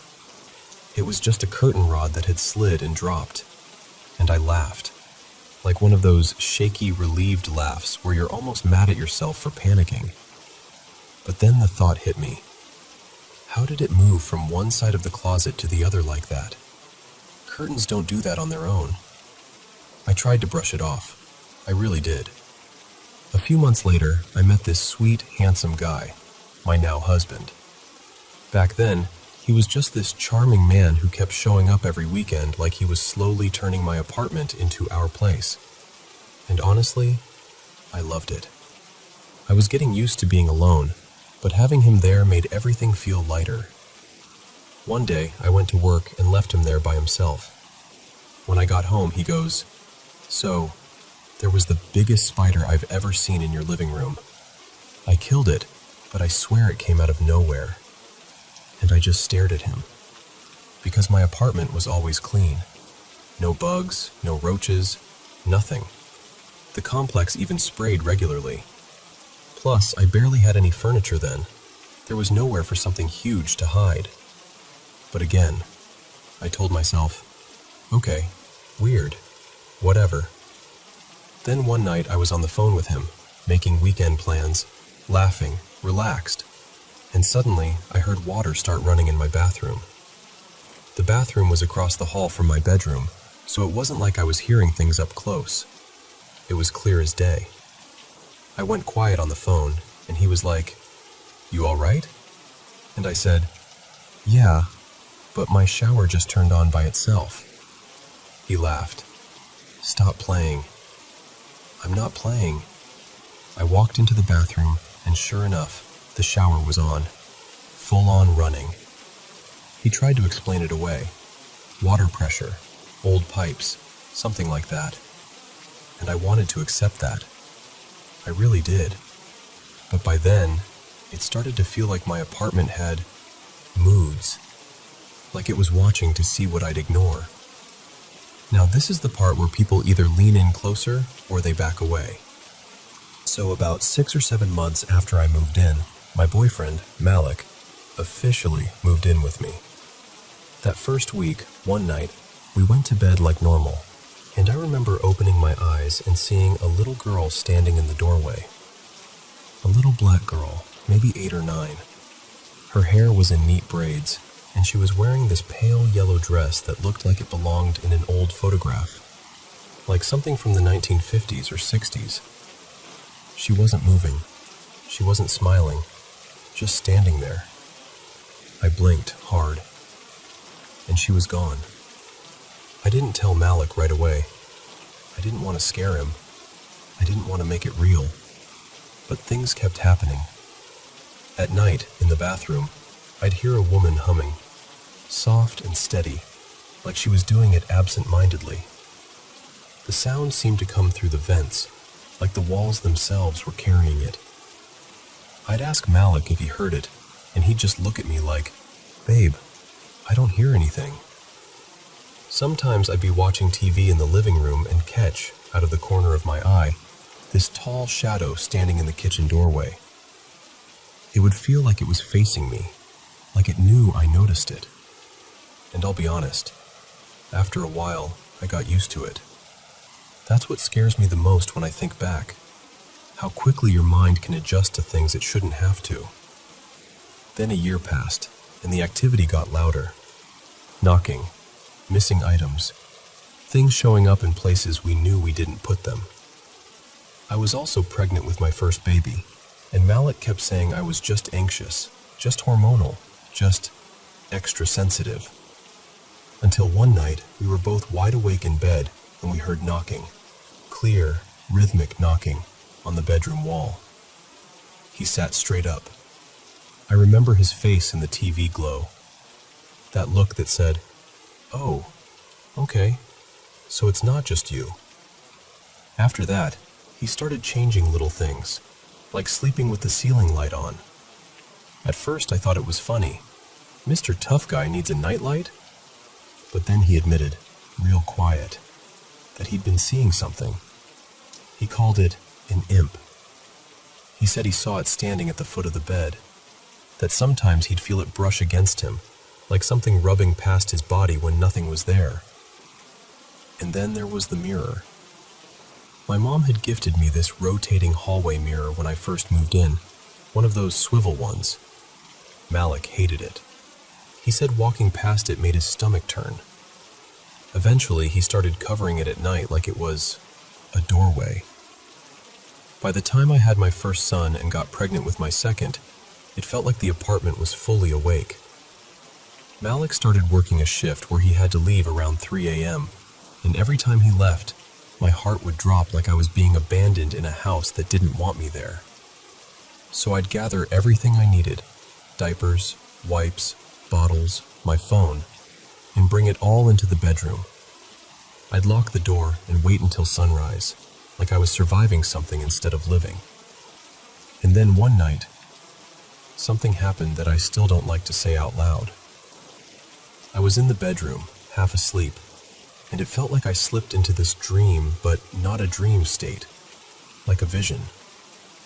In it, I saw feet moving under the bedroom door, slow steps like someone was walking in my hallway. Then the door didn't open, but something came in anyway. I couldn't move. I couldn't scream. It was like I was being held down by invisible weight. And in that vision, it moved toward my son's bed. My baby started screaming, this terrified, panicked scream that snapped something inside me. I jolted out of it, grabbed him, and held him so tight he was shaking. I felt my whole body go cold. I called Malik, crying so hard I could barely speak, and I told him, I can't do this anymore. That morning, I packed what I could and went to my mom's. I stayed there off and on for months, and during that time, it was like we couldn't catch a break. Every time we tried to move, something would fall apart. Applications stalled, money disappeared into emergencies, plans collapsed at the last minute. And Malik? He changed. He was still living in that place, still dealing with whatever was in there, and it was like it wore him down. His mood, his behavior, it wasn't him anymore. It was like the house was draining him. We had this neighbor, a young woman, friendly, always sitting with us sometimes when things felt heavy. She had a little boy, too. The last time I saw her was right before Christmas. We talked like normal, like everything was fine. A week later, she was gone. She was murdered. And her mother was killed, too. Her mom died outside near our place. After that, something in me just shut down. Like my spirit said, enough. Not long after, we finally moved. And I'm telling you, even now, years later, if I drive past that building, I can feel it. That heaviness, that watching feeling, like whatever lived there didn't leave. It just waited. And I always pray for whoever lives there now, because I wouldn't wish what we went through on anyone.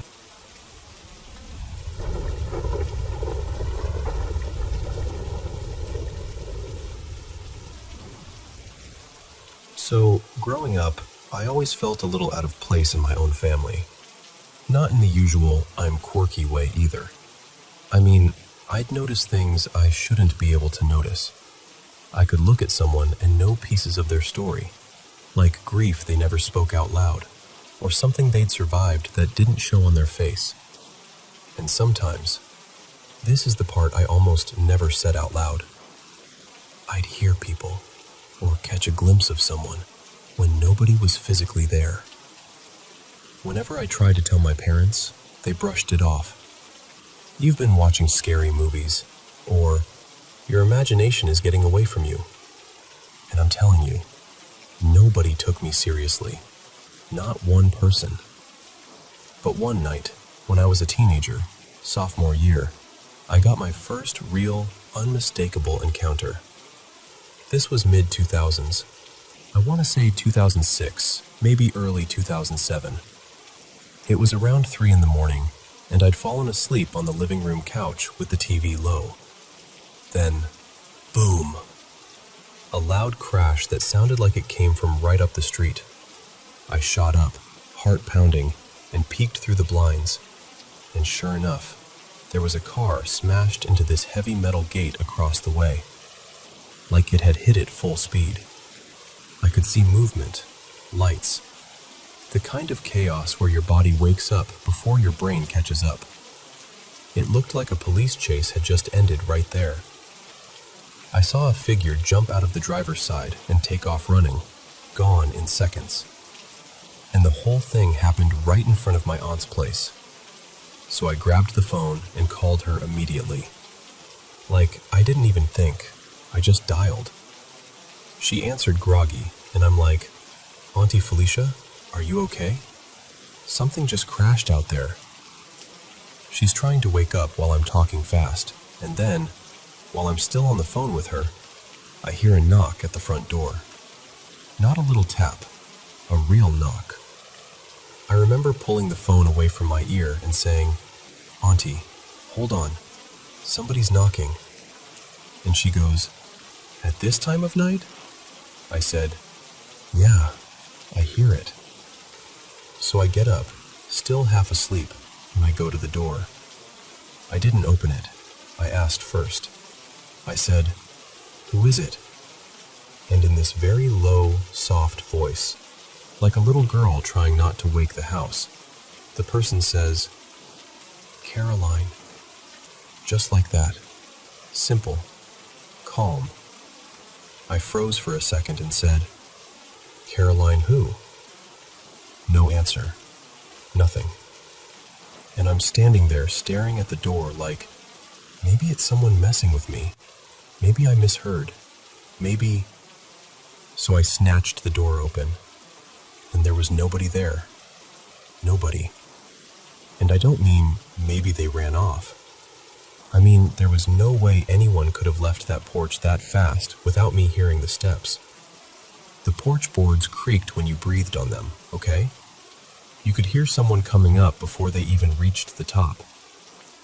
I just stood there with the door open, staring into the night, feeling my skin tighten like something had walked through me. So I shut the door and went back to the phone, and I told my aunt what happened. I said, "Auntie, somebody just knocked and said, 'Caroline.'" And I tried to laugh it off because that's what people do when they're scared. I told her, "The only Caroline I know is the one my cousin Jay used to date. And this is going to sound crazy, but it sounded like her voice." There was silence on the line. Long silence. I kept saying, "Hello? Auntie? You there?" And when she finally answered, her voice was different. Like she didn't want to say what she was about to say. She goes, "Baby, I'm here." And I said, "Why are you so quiet?" And she said, slow, heavy, "I swear to you, I didn't even respond. I just hung up. Not because I was being disrespectful. I hung up because my brain couldn't hold it. Like my body panicked before my manners could kick in. I sat there staring at the wall, feeling sick. I didn't even know she had passed. I didn't know anything, so why would she knock on my door? Why would she say her name? Why me? And that's when things started getting worse. A couple weeks went by, and I tried to pretend it didn't happen. I tried to be normal, but the air around my house started feeling heavy, like something was always right on the edge of being seen. Across the street from where we lived, there was this fenced-off lot with thick bushes, one of those places where, if somebody wanted to hide, you'd never know. One evening, around 8-ish, not even late, I was on the porch waiting to see if my boyfriend at the time would walk past. Just sitting there, bored, watching the street. And all of a sudden, I heard wind. But not like normal wind. It was like the air was moving in one single spot, one patch, like somebody was standing there, breathing hard, stirring the air around them. Then I heard footsteps, fast footsteps, running up the porch steps toward me. And I didn't see a person, nothing visible, but I heard it so clear that my body reacted like it was real. I screamed and bolted inside, slammed the door, locked it so hard my hands hurt. I ran past my mom without explaining, straight to my room, and shut the door behind me. I was shaking, sweating, crying, all at once. I stayed in there for a while, maybe half an hour, trying to calm down, but that uneasy feeling never left. It felt like something had followed me, like the air itself was pressing against my skin. And I don't know why I did this. I still don't know why.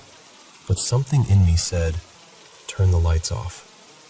So I turned off every light until my room was pitch black.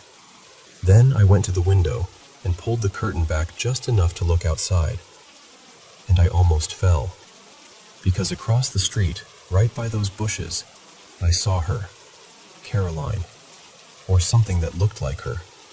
She was standing there, half in the shadows, staring straight at my house like she knew exactly where I was. And the thing that scared me wasn't just that I saw her. It was how wrong she looked. Her hair looked wild, like it was floating even though there was no wind. Her eyes had this reddish shine, like an animal caught in headlights. Her face looked stretched in a way that made my stomach drop. It didn't feel like a sad spirit. It felt angry. It felt mean. I remember whispering, "What is happening?" to nobody. And when I blinked, just a normal blink, she was gone. I backed away from the window so slow, like any sudden move would bring her back. I thought, okay, it's over. Just go to sleep. Just breathe. You're safe. I got into bed, still trembling, and I was trying to settle my heart down when, tap, tap, tap, a knock at my window. My whole body went cold, and even though every part of me was screaming not to move, I got up and went to look. At first, nothing, just darkness outside. I started to close the curtain, hands shaking, and right as the fabric slid across, I saw her face, right there at the window, so close it didn't make sense, and she smiled, this awful, wrong kind of smile, and said, real low, "Hey." But it wasn't friendly. It sounded like a voice trying to pretend. And that's all I remember, because my knees buckled and everything went out. I don't remember hitting the floor. I don't remember anything after that. I just know I never, ever want to see her face again.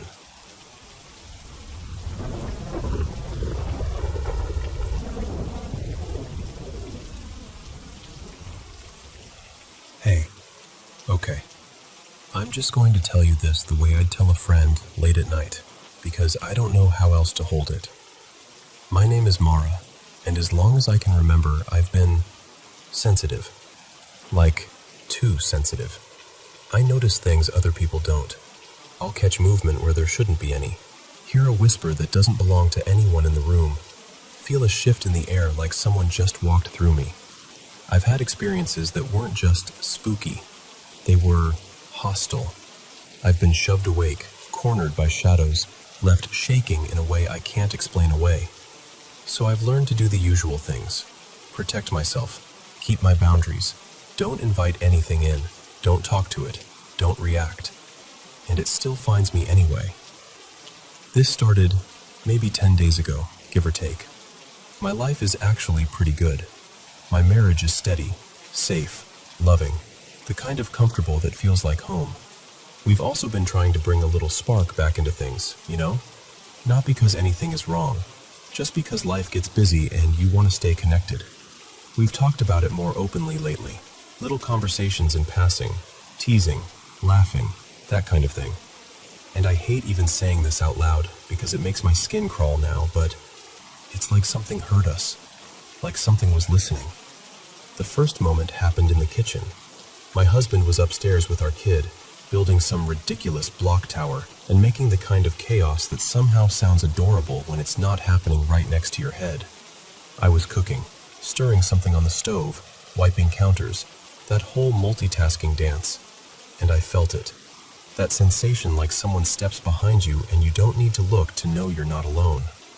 I heard this whispering, soft, close, like it was right at my ear, but I couldn't make out a single word. I turned, expecting to see my husband coming down to check on dinner. No one was there. But the feeling didn't leave. It lingered like a bruise you haven't touched yet. After that, the days were tense. I'm home most of the time with my kid, so I'd stay busy, keep the lights on, keep music playing, keep my mind moving. But at night, especially on the evenings my husband worked late, the air in our bedroom felt wrong. Not loud, not dramatic, just heavy, like the darkness had weight. I'd see quick movement in the corner of my eye. I'd feel the mattress shift when no one sat down. And I kept doing what I always do. Pretend it's nothing. Ignore it. Don't feed it. Then this weekend happened, and I don't even know how to say it without feeling sick. I was in the shower. Normal routine. Shampoo, rinse. Trying to enjoy 5 minutes of peace like it's a luxury vacation. And suddenly I felt a touch. Not a bump, not a cold draft, not that usual presence sensation. This was deliberate, intimate, like a hand right against me, as if someone was right there with me. I froze so hard I couldn't even breathe for a second. Because listen, out of everything I've ever experienced, I've never been touched like that. Not like that. It wasn't just scary. It felt wrong, violating, like someone reached into a place that should belong only to me. And then I did the dumbest thing, the thing I always tell myself I'd never do. I challenged it. Out loud, I said something like, "Do it again." I know. I hate myself a little for that. I think a part of me was trying to take control back. Like if I dared it, maybe it would back off. Maybe it would prove I was imagining it. Maybe it would stop hovering at the edge of my life like some coward. But it didn't stop. I was in bed, half asleep, and I felt that same touch again, on the same side, like it had a preference, like it remembered. And then, I couldn't move. It's like something pinned me down, not gently, not playfully, like I was being held in place, like my body was no longer mine to command. And then something happened that I can't twist into a maybe it was nothing. I can't dress it up. I can't laugh it off. I woke up afterward feeling drained, like someone had taken a part of me and left the rest behind. I felt shaken and exposed and violated. That's the word. Violated. And what's making it worse is that in the middle of all that fear, there was this awful, humiliating sense that it was doing it because I invited it, because I dared it, because I opened my mouth, because I thought I was stronger than whatever this is. Like it was saying, "Oh, you want to challenge me? Fine. I'm telling you this because I'm scared. I'm scared to be alone in my own house. I'm scared to go to sleep. I'm scared to shower. I'm scared I made something aware of me in a way I can't undo. And I keep going back and forth between this is real and something is attached to me, and I'm losing my mind and I'm going to ruin my life with paranoia. But my body remembers. My chest tightens even talking about it. I feel on edge in a way that doesn't match a normal nightmare. So I don't know what I provoked. I don't know what rules I broke. I don't know what to do next. I just know I don't want it to happen again.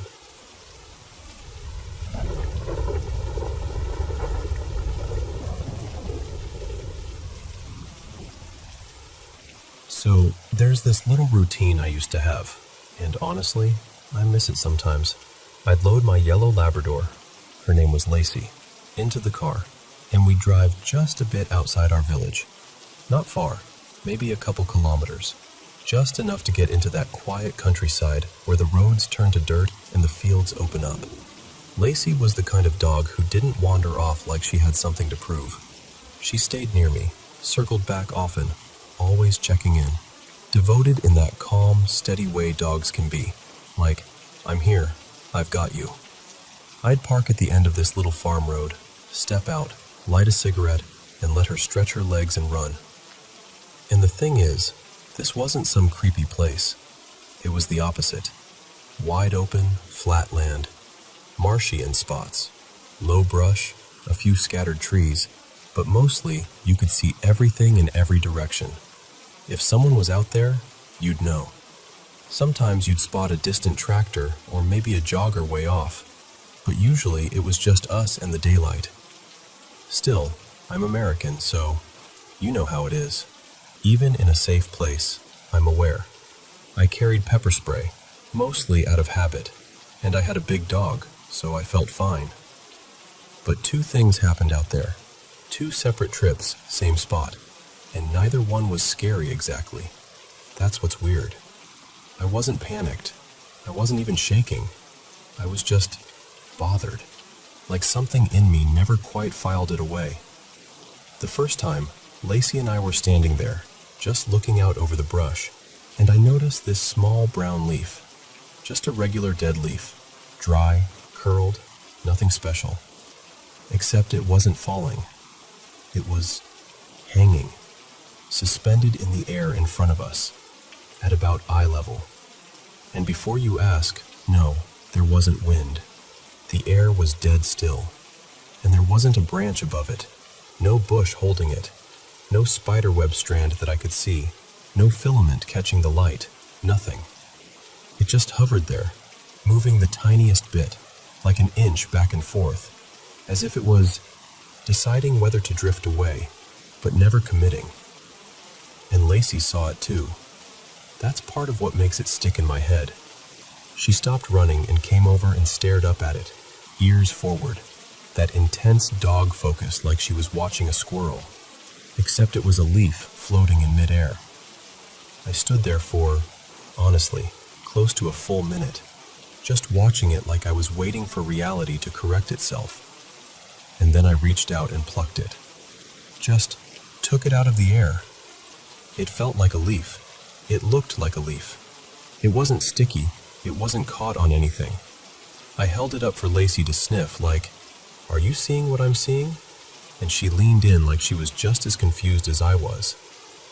And then I did the only thing that felt sensible, which was, I got back in the car and we went home. Not terrified, just quietly unsettled, like I'd watched a magic trick performed by nobody. Then, maybe a week or two later, another sunny day, broad daylight again, we went back to the same place. Same dirt road, same open fields. Lacey hopped out, started trotting around, and I was standing near the car like usual. And then I heard a voice, clear as anything, from off to my left, somewhere out in the field. Not close, but not far either, like someone calling from maybe 100 meters away. And the voice said, plain as day, "Jules, I can see you. And I need you to understand what makes that so unsettling." Second, the voice was in perfect neutral English. No accent, no German lilt, nothing local about it at all. It sounded like it was meant for me, like it belonged to my world, not that field. And third, this is the part that still makes my skin prickle a little when I remember it. Lacey didn't react. Not even a head turn. If someone had spoken out there, I would have expected her to snap to attention, bark, run toward it, something. But she just kept sniffing around like she hadn't heard a thing. Meanwhile, I'm standing there frozen, staring at empty space, thinking, that's not possible. That's not possible. That's not possible. I didn't respond. I didn't call back. I didn't shout hello like a person in a movie. I just calmly, quickly, got us back in the car and drove home. And that's it. That's the whole story. No dramatic ending, no reveal, no explanation. I'm a spiritual person. I believe there are things we don't understand. But I'm not someone who chases spooky experiences. I wasn't out there looking for anything. And I wasn't traumatized by it. It's just that both moments had the same feeling.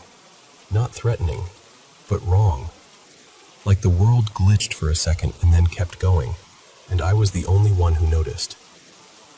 And even now, when I picture that open, quiet field in Germany, I still hear it sometimes in my head, the way it sounded so casual and certain.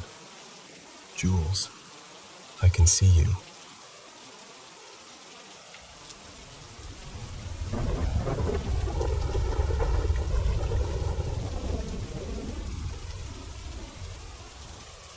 So, a few months after my breakup, I started dating my girlfriend. Her name's Lena. And pretty quickly, she began coming over to my place all the time. From the beginning, she didn't like my apartment. She said the vibe felt off, like weirdly heavy. But honestly, I brushed it off. I figured it was just because she knew I'd lived there with my ex, and that alone can make a place feel strange, you know? But then, after a few weeks, maybe a couple months, 3 things happened that I still can't fully explain. The first one was sleep paralysis. I was 23, and it had never happened to me before. Not once. Suddenly, I'm waking up and I can't move, like my body is glued to the bed. No shadows in the corner, no figure standing over me, none of that. Just locked in place. At first, I tried to stay calm and tell myself it was just stress or something. And I found this trick where I could kind of shake myself out of it, like rocking my shoulders side to side until my body snapped awake again. Still, it was unsettling. It didn't feel normal. Then came the second thing, and this is the one that still gives me chills when I replay it. One night, I had a few friends over, like 3, maybe 4 of us. We were just hanging out, drinking a bit, smoking, laughing, playing music on Spotify through the TV. Normal night.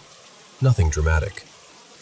Then one of my friends puts on this French rap track, someone he knew, like a friend of a friend. And I remember the timing so clearly because it was so stupidly perfect, it almost felt staged. Right after the intro, the first line comes in, something like, "This new vibe is really dark." And right as that line lands, everything shuts off. The TV dies. The music cuts mid-word. The apartment drops into darkness, and it's not just quiet. It's that thick, sudden silence that feels way too big for the room. Like someone pressed mute on the whole world. My friends were hyped, laughing like, "No way, that timing was insane." They thought it was the coolest coincidence ever, like a cinematic moment. But me? I swear my stomach dropped. I got that cold rush up my spine, like my body knew something my brain hadn't caught up with yet. And after that, I finally told them what Lena had been saying, how she felt like the place was weird, that it didn't feel right. Of course, that made them more excited. They immediately started joking about doing a Ouija board, calling spirits, all that. And I was like, absolutely not. Not in my house. I don't care how funny it is. No. About an hour later, the power comes back, and the rest of the night is normal, like nothing happened. Then, nothing for a while.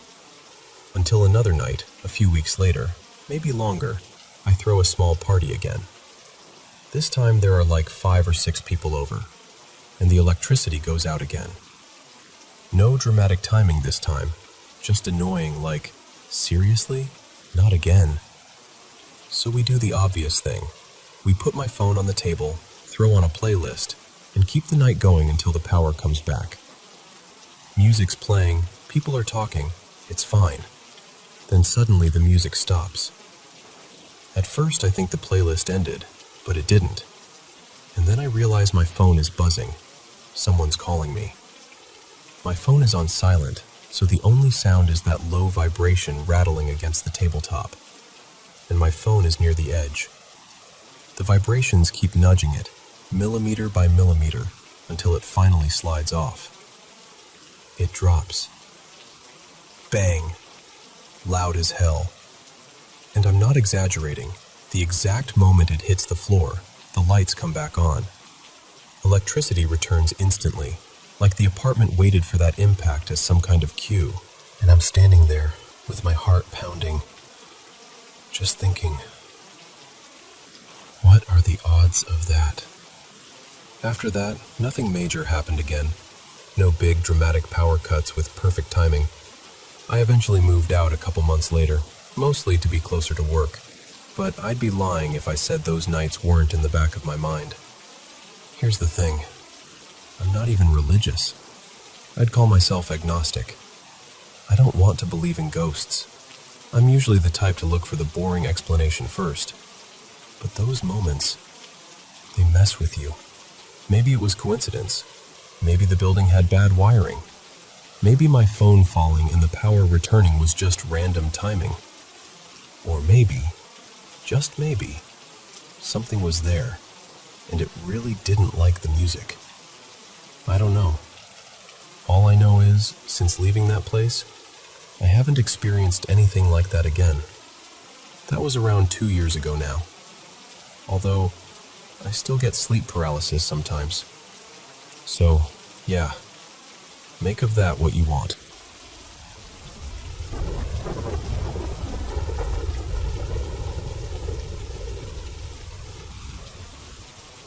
So, this started a little over 2 weeks ago, and at first, I genuinely thought my doorbell camera was just acting up. I've got one of those smart doorbells, nothing fancy, but it usually does its job.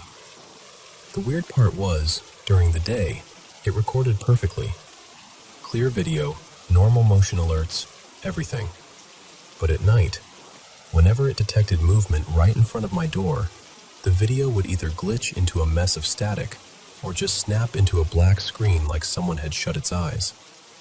And I'm not helpless with tech, you know? I'm the kind of person who actually tries things before panicking. I rebooted the system, reconnected it to Wi-Fi, updated the app, even changed the settings like 3 different times. I unplugged it for a while and plugged it back in, thinking maybe it just needed a clean restart. Nothing changed. At first, I shrugged it off. I live on an older street, and sometimes the signal gets spotty, especially late at night when the weather's humid or the router decides to be dramatic. But then I noticed something that made my stomach tighten. It wasn't random. It happened at the exact same time, every night. 2:37, not 2:36, not 2:38, always 2:37, like it was scheduled. So yeah, curiosity got me. The next night, I decided I was going to watch the live feed. Not the recording after, live. I sat there with my phone in my hand, waiting, trying to convince myself I was being silly. I started watching at 2:36, and for a few seconds it was totally normal. In the weak orange light from the street lamp, I could see the empty sidewalk, a parked car down the street, tree branches moving a little in the breeze. Quiet, ordinary. Then, motion detected. The screen trembled, like the camera was struggling to focus. For a split second, I thought someone was walking up, but there was no body, no face, nothing. Just this crawling static, like interference crawling across the image. And then, black. Not dark because it's nighttime.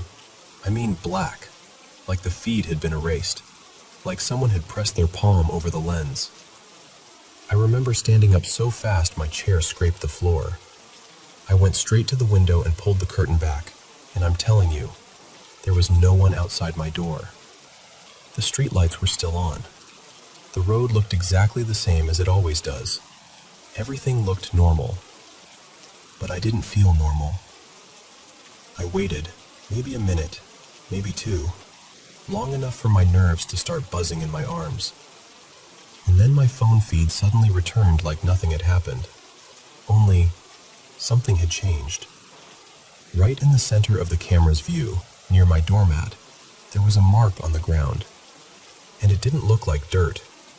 It looked like the pavement had briefly softened, like it had warped and then hardened again, like something heavy and wrong had pressed into it.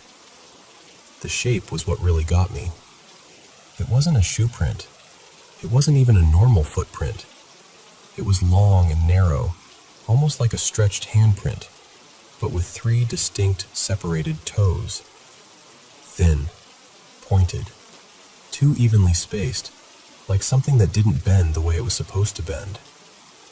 I didn't sleep after that.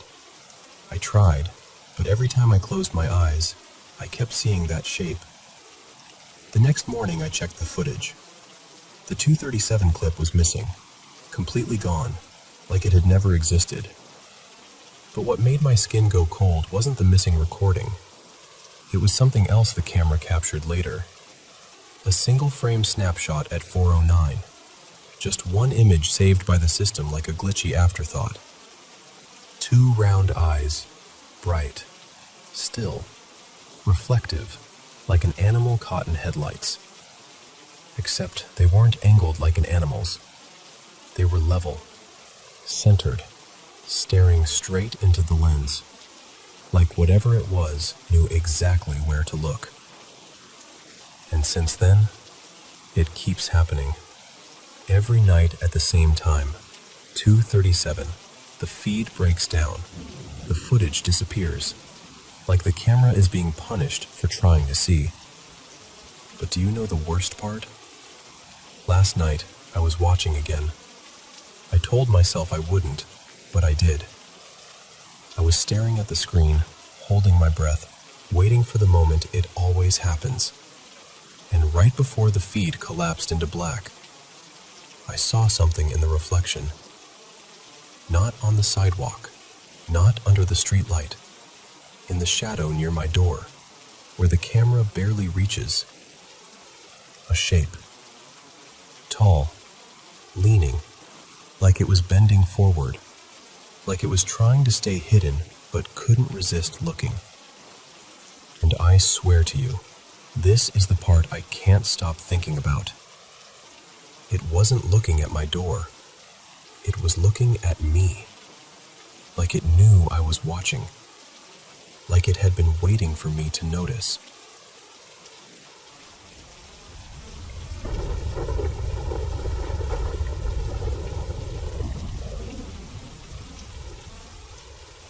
So, my boyfriend Evan and I moved into this house about 5 weeks ago. And I swear, it's one of those places that feels normal until you're actually living in it.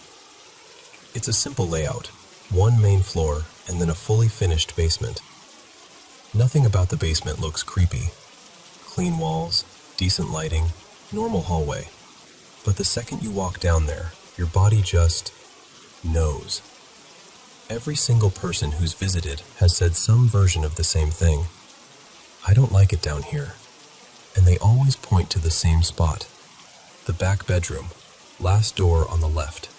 People joke about bad vibes, but nobody laughs while they're saying it. It's more like they're trying to convince themselves it's fine. And I hate that I agree. Every time I'm down there alone, I get this steady, crawling feeling, like someone is watching me from a place I can't see. Not a quick scare either. It's patient. Like it's been there longer than I have, and it's not in a hurry. Our first real experience happened about 3 weeks ago. The first night we actually stayed there after closing. We were upstairs, sitting on the couch, trying to relax, and we heard someone coughing from the basement. At first we did the whole, it's just the house settling thing. But it happened again. Not constantly, just enough to make us keep looking at each other like, did you hear that? Along with that, there were these creaks, like careful footsteps, not random pops. And then it got worse, because when we finally went downstairs to check, the door to that back bedroom was open. Which doesn't sound dramatic, I know, except we keep every basement door shut. Always.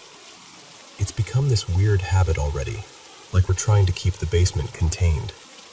We stared at that open door for a few seconds, and neither of us wanted to be the one to step closer.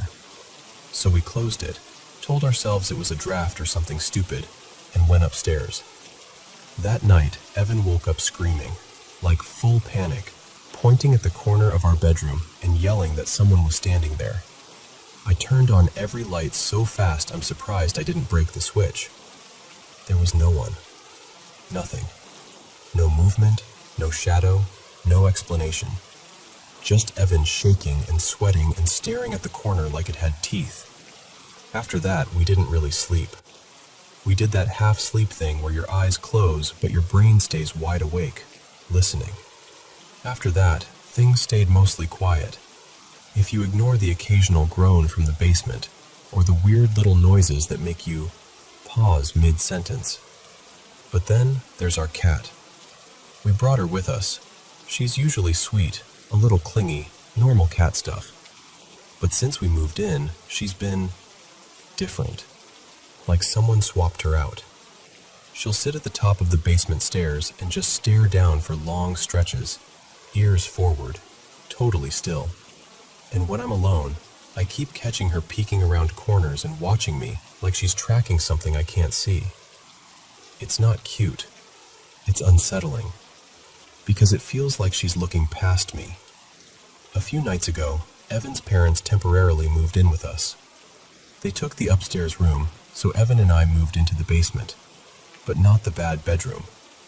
We stayed in the room next to it, the one that shares a wall. The first night down there, we tried to pretend it was fine. We put on a movie, pulled up the blankets, forced normalcy. But while we were watching, we kept hearing little sounds from down the hall, like something sliding, something tipping over, soft thuds. We didn't talk about it at first. We just kept watching the screen harder, like ignoring it could erase it. And then the lights started flickering. Not a gentle little dim, like angry strobing. And then, gone. Total blackout. A minute later, the power snapped back on and stayed on, like nothing happened. But when the lights came back, the air felt different. I don't know how else to say that. Before, it felt like being watched. After the power came back, it felt like I wasn't welcome. Like something had finally noticed I could feel it, and it didn't like that. That night I barely slept, and when I did, the dreams were so real they made me nauseous. Violent, graphic dreams of me dying, over and over, different ways, like scenes someone was forcing me to watch. In one, something grabbed me in the shower and I couldn't scream. In another, there was a woman, up on the ceiling, staring straight down at us, like gravity didn't apply to her. And then there was a man in the corner again, always the corner, just standing there like he'd been waiting. When I woke up, my nails were bloody, like I'd been clawing at something, and I had scratches across my back and chest. I just sat there holding my breath, trying to figure out how that could even happen. I've never been someone who sleepwalks or thrashes. I've always been a calm sleeper. This wasn't normal. Last night was worse. I couldn't settle at all. I kept my music on because the silence down there feels heavy. But even with the music, I kept catching whispers underneath it, like soft voices woven into the air. Every time I paused the song to listen, everything went dead quiet. So quiet my ears rang. It felt like the house was holding its breath until I stopped paying attention again. And the dreams came back, violent again, and it was always the same two figures, the woman and the man, like they were repeating themselves, like they wanted me to remember them. This morning I woke up with my nails bloody again, and a single letter scratched into my chest. T. Not a random scratch, a clear shape. And then I heard knocking from the wall, the one we share with that back bedroom. A slow knock, like knuckles, then rustling, like something shifting on the other side, right up against the drywall. I just laid there staring, completely still, because I didn't want to give it anything. I didn't want it to know I was listening. I don't know what to do anymore. I don't feel safe in that house. Everyone feels something down there, but it only seems to focus on me, like I'm the easiest one to reach, or the one it wants. So tonight I'm staying with friends.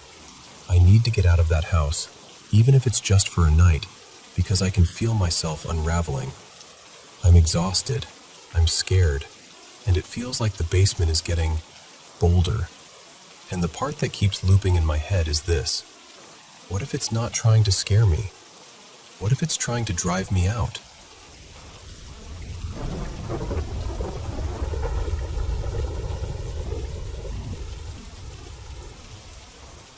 So, growing up, my siblings and I had this weird normal in our house.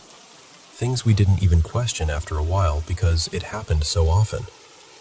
We used to see these shadowy figures, not like a full person you could stare at, more like an outline, a pitch black shape you'd catch in the corner of your eye. One felt like a kid, and the other felt like an adult man, just from the height and the shape of them. And the second you'd turn your head to look straight at it, gone, like it was never there. They showed up in the same places too, mostly the upstairs bathroom and the basement bathroom, like those rooms were their spots. And on top of that, we'd hear heavy footsteps pacing around the house, even when we were home alone, or when all of us were piled into one room together. We always blamed the bigger shadow for that. In our heads, we literally had categories: the old man and the kid. And the kid, was a little menace. Sometimes you'd hear your name whispered from somewhere it absolutely shouldn't be coming from. Then this soft little laugh right after, like it thought it was hilarious. Toys would end up moved, turned around, shoved into weird places, just enough to make you doubt yourself for a second, and then feel your stomach drop. And the older one, the man, I swear I'd hear him do this deep, tired sigh, the kind adults make when they've had a long day and their bones feel heavy. That part weirdly creeped me out the most because it sounded so human. Okay, let me tell you the main thing, the story that still makes me feel cold when I think about it. One day, my brother and I decided we were going to decorate our room. And by decorate, I mean we raided the basement like we were little gremlins. Our mom had this habit of buying odd stuff from yard sales. Old paintings, dusty frames, random antique-looking things, and most of it ended up shoved downstairs. So we grabbed a bunch of old candles, a couple of those creepy paintings, and this one potted baby tree we found down there too. Like a little sapling in a pot, sitting in the dim basement like it had been waiting. We dragged it all upstairs, set everything up, and felt extremely proud of ourselves. Like we'd made our room into some kind of haunted museum. That night, we go to sleep. The next morning, my brother, let's call him Brady, comes rushing over to me with this look on his face like he just discovered a secret door in the house. He goes, "I saw him." And I'm like, "Saw who?" And Brady tells me, dead serious, that he saw a ghost last night, an older man, floating in our room. And not just floating randomly, he said it was attached to the tree. He described it so clearly it made my skin prickle. He said the ghost was kind of bluish gray, like moonlight on fog. More visible up top, like the face and shoulders were the clearest part, and the lower you looked, the more it faded. No feet at all, just thinning into nothing. He said it would drift away from the tree, only a few feet, and then blink out. And then, instantly, it would reappear right beside the tree again, like the tree was an anchor and the ghost was on a leash. And then Brady says, like it's no big deal, "I reached out to touch it." My stomach dropped when he said that. Now here's the thing. I half believed him, and half didn't want to. But I was also the younger brother, and I wanted to seem brave. So I did what younger brothers do. I lied. I told him, with a straight face, that I see ghosts all the time. That once I even saw something like a 3-headed dragon ghost when I went downstairs for water at night. Which is extra funny because I was terrified of going downstairs alone at night. I wouldn't do that for $1 million. But Brady's eyes got huge, like I was suddenly the coolest person alive. And he believed me, because after what he'd just experienced, why wouldn't he? Then comes the next night, and that's when it was my turn. I'd been watching TV downstairs and fell asleep on the couch, something I apparently did a lot. At some point, my dad carried me upstairs, tossed me onto my bed, and, bless him, didn't bother with a blanket. Just, "Good night, kid. Survive." So later I wake up freezing. Half asleep, shivering, I reach out to grab my blanket, and I see a man floating in my room. Not a shadow this time, not a corner of the eye thing, a full-on see-through man. Everything Brady described was right. The pale glow, the clearer face, the body fading as it went down, the way it hovered like gravity didn't apply, and the tree still in the corner, like it was the center of the whole thing. And I just lost it. I screamed like something was trying to kill me, and the moment I screamed, the ghost drifted toward me. Not fast, not charging, just gliding closer, like it was curious, or maybe like my fear pulled it in. Then it disappeared, and reappeared at the tree, then floated toward me again. And I'm crying now, full panic, the kind where your chest hurts and you can't get enough air, and I'm backing into my pillow like that's going to save me. My dad comes running in, because obviously, and he's scanning the room like there's an intruder. And then he sees it. I'll never forget that part, because my dad didn't freeze. He didn't scream. He just reached for the switch and flipped the light on. And the second the light hit the room, the ghost was gone, like it never existed. I looked at my dad and I was like, "Did you see it?" And he hesitated, just long enough. Then he goes, "It's probably just a reflection." And I wanted to believe him so badly. I needed it to be a reflection. But even at that age, I was like, a reflection doesn't float. So I asked him how a reflection can drift around the room, disappear, reappear by the tree, and move toward me. And my dad, trying to be gentle, finally admits it. He tells me he didn't want to scare me, but yeah, it wasn't a reflection. It was a ghost. He tells me to sleep in my mom's room, and that night I curled up with them, shaking and exhausted, and I still had nightmares. And the wildest part?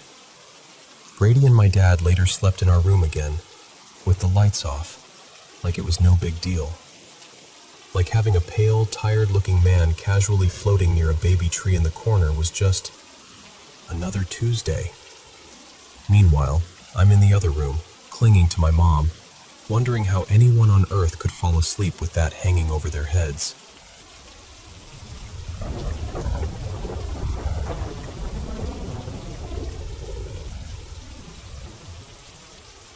So, this is mostly a summary, but I'll try to tell it the way it actually felt. A while back, I got into a really ugly fight with my parents, right in the middle of moving out. I was packing up my life, trying to get to my sister's place, and the whole thing just exploded. And when it was over, I didn't feel relief. I felt hollow, like something in me cracked and didn't bounce back. I've dealt with depression for as long as I can remember, but that argument pushed me into a deeper place than usual. I started coping in ways I'm not proud of, sleeping way too much, shutting everyone out, and, yeah, hurting myself. Not in a dramatic way, just in that quiet, private way that feels like you're trying to turn your brain off for a second. For days, I barely ate. I barely left the room. I'd wake up, stare at the ceiling, and then crawl right back into sleep like it was the only place I didn't have to pretend I was okay. And then I had this dream. Quick thing about me, I almost never have nightmares, and I hardly ever remember my dreams. The only time I have intense ones is if I fall asleep flat on my back, which I normally avoid. But this time, I did, and I remembered it. Not clearly, though. It's weird. Every time I try to replay it in my head, it's like my mind smears it on purpose. Like it's trying to protect me by making it slippery. In the dream, I'm lying in my bed. Everything looks normal. Same room, same blankets, same dim light. But I can't move. And I know what you're thinking. Sleep paralysis. But it wasn't that. I wasn't awake. I knew I was dreaming. It was like being trapped inside a dream version of my body. And at the foot of my bed, there was something standing there. I knew, without even questioning it, that it was a demon. I can't tell you what it looked like. I can't tell you its face or the sound of its voice. Every time I try, my brain goes foggy, like the details are behind frosted glass. Honestly, I stopped forcing it. It feels like something I'm not meant to pull back into focus. But here's the part that still messes with me. I wasn't scared. I should have been terrified, right? But I wasn't. I felt calm. Almost like I understood it couldn't actually hurt me unless I gave it permission. And then it spoke. Not loudly, more like it slid the words into the room. I don't remember the exact sentence, but it was something like, "I know you're exhausted. I can carry this for you. Just let me in and I'll end the pain." It kept going. It was persuasive, almost gentle, like it was offering a solution, not a threat. Like it wanted me to hand my life over and stop fighting, and it would take care of everything for me. And I remember thinking, even in the dream, that's not help. That's a trap. The ridiculous part is, I couldn't even respond. I was frozen. Like, "Sorry, buddy, I literally can't answer you right now." Then I woke up. At first, the dream felt like any other weird nightmare that fades by lunchtime. I remember sitting there thinking, okay, that was unsettling. Anyway. But later that night, I got in the shower, and when the water hit my chest, I looked down and just stopped. There were scratches, fresh looking, like they'd happened recently. Not deep enough to be bleeding badly or anything, but clearly there. And it wasn't random. There was a pattern, like someone had tried to write something with nails. Except now it's all I can think about. The marks looked like symbols, or maybe Roman numerals. The closest I can describe it is something like I-I-V-I-I, or maybe I-I-X-I-I. My memory keeps flipping it around, like it can't settle on the exact order. I remember staring at it in the mirror, trying to translate it into a number, thinking maybe it meant 27. But then I caught myself because Roman numerals don't really work like that. So I just stood there, water running, staring at those scratches, feeling this cold, heavy question settle in my stomach. If that dream was just a dream, why did I wake up with something carved into my skin?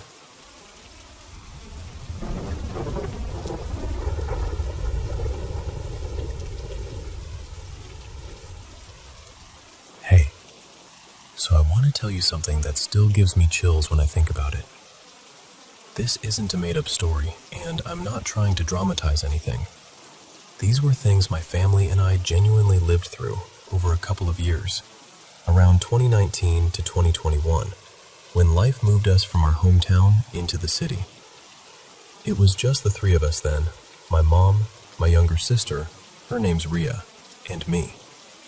I'd been living in my college hostel before that, but once Mom and Rhea relocated to the city for the last stretch of my degree, we rented a small apartment so we could finally be together.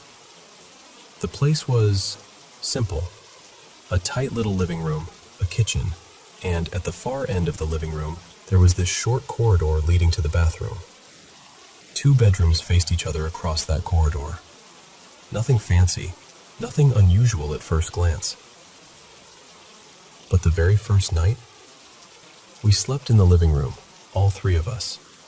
And before dawn, around 5:20 in the morning, Rhea suddenly shook me and my mom awake. Her voice was trembling. She kept saying, "Someone's there. Someone's standing near the bathroom." Me and Mom, half asleep and trying not to scare her, brushed it off as a nightmare. You know how younger siblings can wake up and you just want to calm them down. But later that same day, she wouldn't let it go.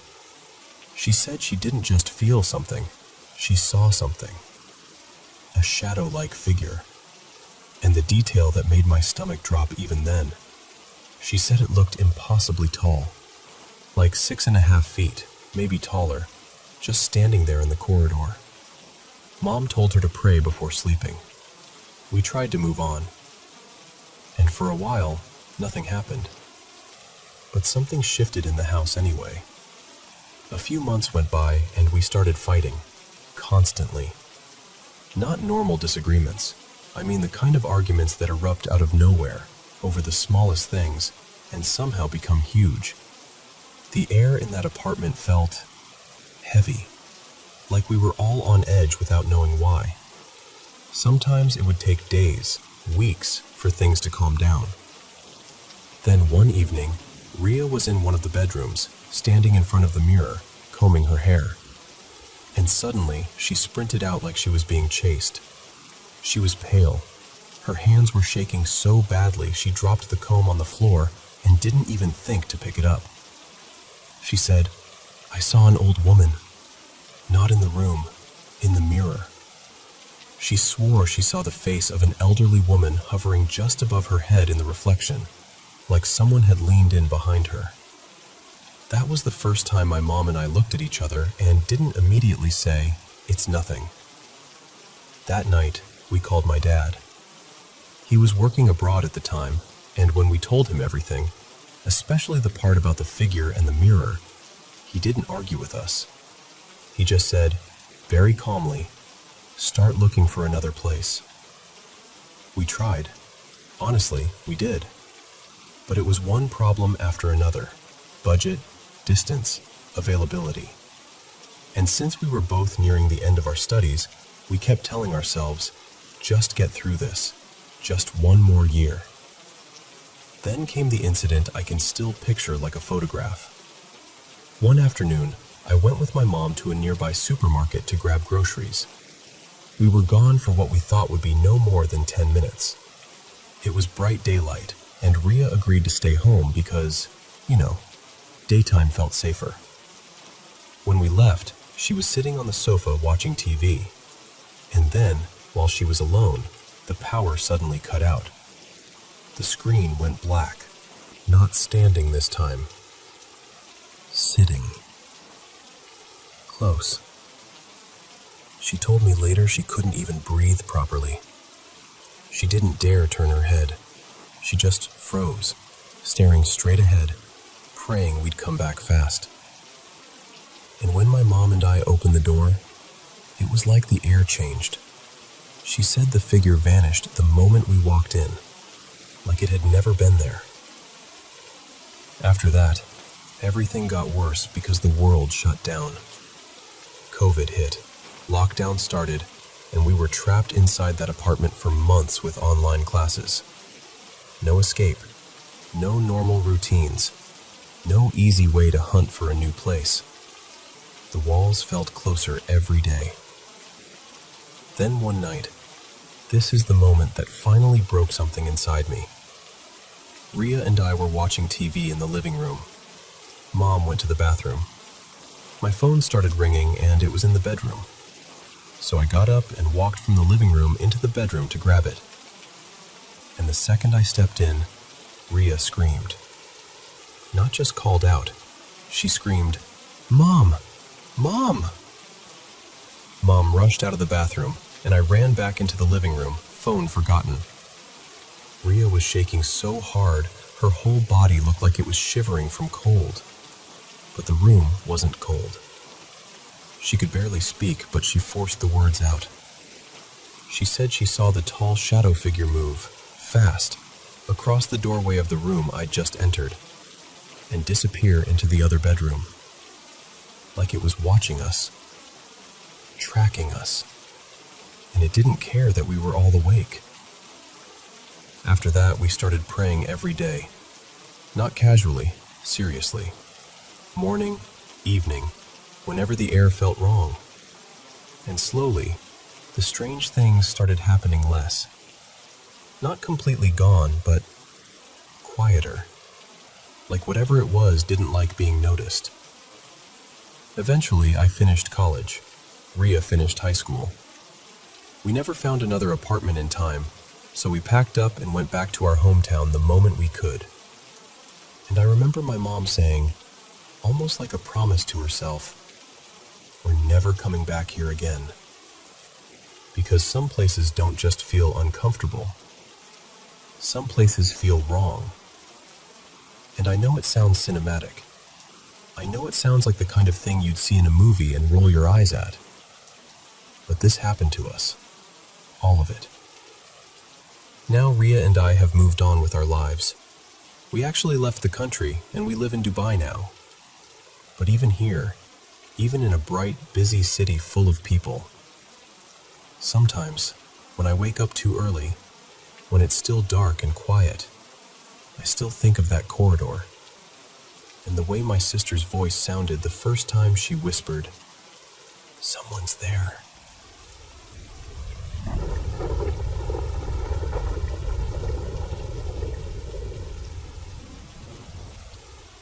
So, this is one of those things I don't tell people right away, because it sounds like something you'd brush off as a weird childhood phase. But I remember it too clearly for that. When I was little, around 5 or 6, I started having these dreams about a black panther. At first it was almost ordinary, in that strange way kid dreams can be. He'd show up, watch me, then disappear. Nothing dramatic, nothing that screamed nightmare. And then, the second or third time I dreamed about him, the whole thing turned. He wasn't just there anymore. He became hostile, like he'd decided I belonged to him, like my fear was the point. In the dreams, he'd creep into my room and perch on my chest, heavy as a boulder, like he was pinning my spirit down as much as my body. And he'd taunt me in this low, rasping hiss from somewhere across the room. "I see you." I can still hear it. I'm not exaggerating. I can still hear the way it stretched out, like he enjoyed making the words crawl under my skin. That's actually how he got his name, at least the name I gave him. I didn't call him I see. Not exactly.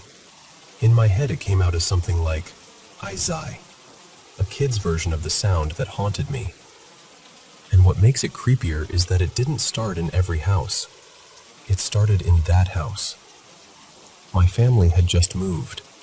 Before that, we were living in an older place that belonged to a relative, and the whole situation ended badly. We had to leave fast, and it wasn't exactly gentle or mutual. My parents found a new townhouse in a quieter neighborhood, the kind of place where kids ride bikes outside, and you can hear dinner being cooked through open windows. On paper, it was a fresh start. But inside that townhouse, there was this constant undercurrent, like the air was heavier than it should have been. My brothers were tiny then, 3 and 4 maybe, and their room was right next to mine. They didn't talk about nightmares the way I did. They mostly just hated one part of the house with this stubborn, immediate panic that only little kids seem capable of: the basement. The basement itself wasn't even gross. It was finished. Couch space, a TV stand, enough room to play. But there was a corner down there that nobody lingered near. A small bathroom, and beside it a storage room, almost like a little cellar. Nothing dramatic about it, just 2 plain doors. Except every single person in my family avoided those doors like they were hot. We didn't store anything in that bathroom. No hand soap, no extra towels, nothing. And the storage room stayed mostly empty, except for a couple random boxes, like the previous owners had fled mid-unpacking, and we'd silently agreed not to touch whatever feeling lived in there. That was the part everyone felt. But I-zai, he felt like he was mine. It started happening whenever I did anything wrong. And I mean kid wrong, not criminal, not evil, just human mistakes. If I spilled juice and my mom sighed, if I forgot homework, if I got a mark on a quiz that wasn't perfect, if I snapped at one of my brothers and felt guilty afterward. That's when the dreams would come. I'd fall asleep fine, and then I'd wake up, at least I thought I was waking up, with that instant stomach-dropping dread, like my body knew before my brain did. And then I'd hear it. "I see you." Sometimes it was from the corner of my room. Sometimes it felt like it came from the doorway. Sometimes it sounded like it was right next to my ear, even when I couldn't move my head. The pressure on my chest would follow. Not like a blanket, not like being hugged, like something with intention had decided to sit down on me and keep me there. It didn't just scare me at night. It made me afraid of living during the day. I became this tiny little perfectionist, terrified of making mistakes, terrified of being noticed by whatever it was. I second-guessed everything, even normal kid stuff. Laughing too loud, stepping wrong, saying the wrong thing, felt like it might summon him again. After a while, I stopped telling my parents every time it happened. Not because I didn't want help, but because how do you explain that something is punishing you for being imperfect? How do you describe a panther that isn't really a panther? More like a dark shape with ears and a tail, a presence with weight. It went on for months, maybe longer. Time gets fuzzy when you're that small. But I remember the night it peaked, because it was the first time I tried to fight it. I woke up with that dread already pouring through me like cold water. I knew he was coming, before the voice, before the weight. So I sprang out of bed and ran for my parents' room. I tried to scream. I tried so hard. Nothing came out. Not even a whisper. And then, like someone had rewound a tape, I was suddenly back in my bed again, flat on my back, with that crushing weight on my chest like I'd never moved at all. That was the moment I realized I couldn't escape him inside those dreams. It didn't matter what I did. It didn't matter how fast I ran. I was caught the second he decided I was caught. And then, it stopped. But not the way you'd expect. One night, I didn't wake up into terror. I just arrived somewhere. In the dream, I was walking beside him, and it wasn't my street. It was the playground from the older townhouse complex, the one we'd lived in before everything fell apart. The sun was going down, and the whole sky was painted this soft mix of peach and pink, like someone had rubbed warmth into the clouds. Everything felt muffled, like the world was holding its breath. And Isaiah was calm. Not looming, not threatening, just walking with me, like we were two people sharing a quiet moment. Then he did something that still messes with me when I think about it. He apologized. He told me he was sorry for everything. He said he had to do it, that it was his job, like he'd been assigned to me, like he was a role that had to be played until the lesson was done. He said this would be the last time I'd see him. And then he said something that made my whole chest ache, even in the dream. He told me he was going to move on to another child, that he would miss me. I remember staring at him, still afraid, still confused, because how do you feel relief and grief at the same time for something that terrified you? At the end of that dream, he hugged me. Not crushing, not trapping. A real hug, brief, almost careful. And I woke up sweating, heart racing, but with this strange, clean feeling, like the air in my room had finally cleared. I went back to sleep, and for the first time in months, I slept like a normal kid. That was the last time. I'm older now, grown, living far away from that place, with a whole different life. And still, even now, I can remember his voice, that rasp, that hiss, the weight on my chest, the silhouette, dark, faceless, unmistakable. I know people will want to label it. Sleep paralysis, stress, trauma, a child's brain trying to process a scary move and an unstable home situation. Maybe. And I don't think I'll ever fully understand why. But I'll also never forget the way he said it. I see you.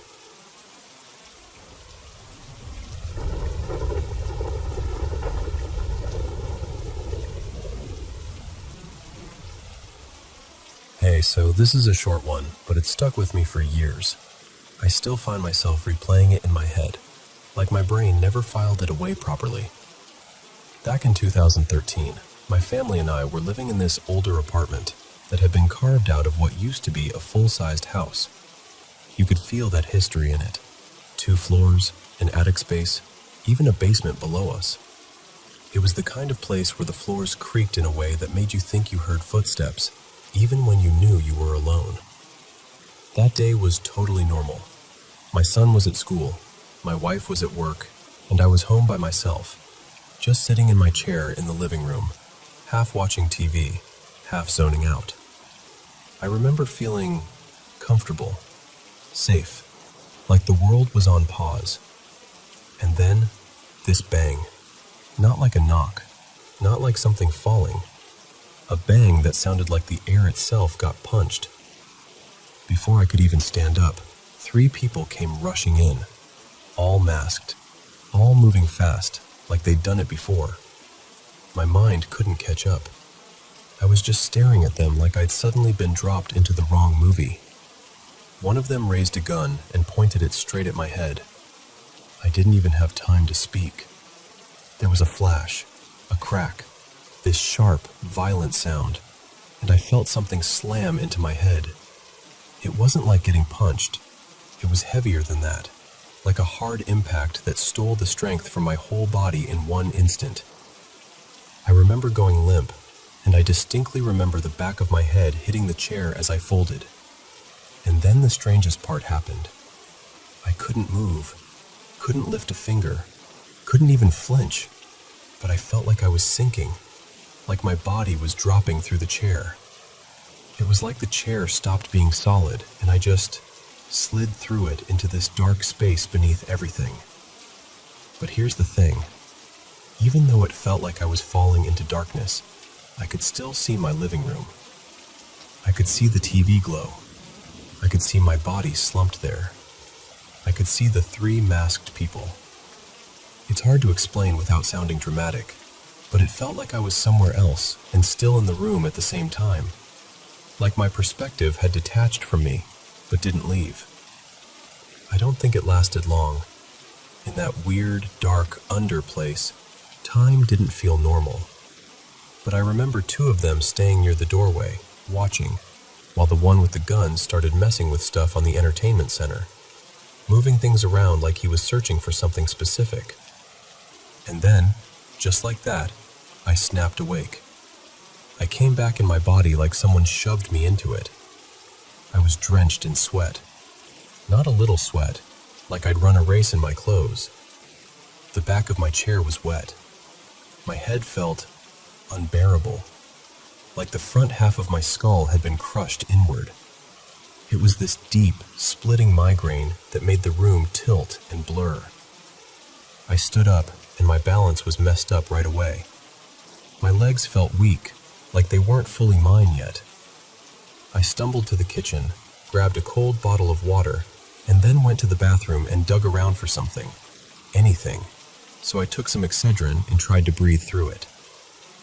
And the part that makes me question myself to this day, there was no sign of anything. No forced door, no mess, no evidence anything had happened at all. It was like it had been wiped out, like I'd dreamed it, except my body was reacting like I'd survived something real. So I did the only thing I could afford. I stayed home, tried to keep my head still, and spent the rest of the day feeling shaken and miserable, like my nervous system had been grabbed and rattled. Nothing like that has ever happened to me before or since, not even close. But I think about it all the time, because I can't decide what's scarier, that it really happened, or that my mind and body could make something feel that real and leave me with pain like a warning.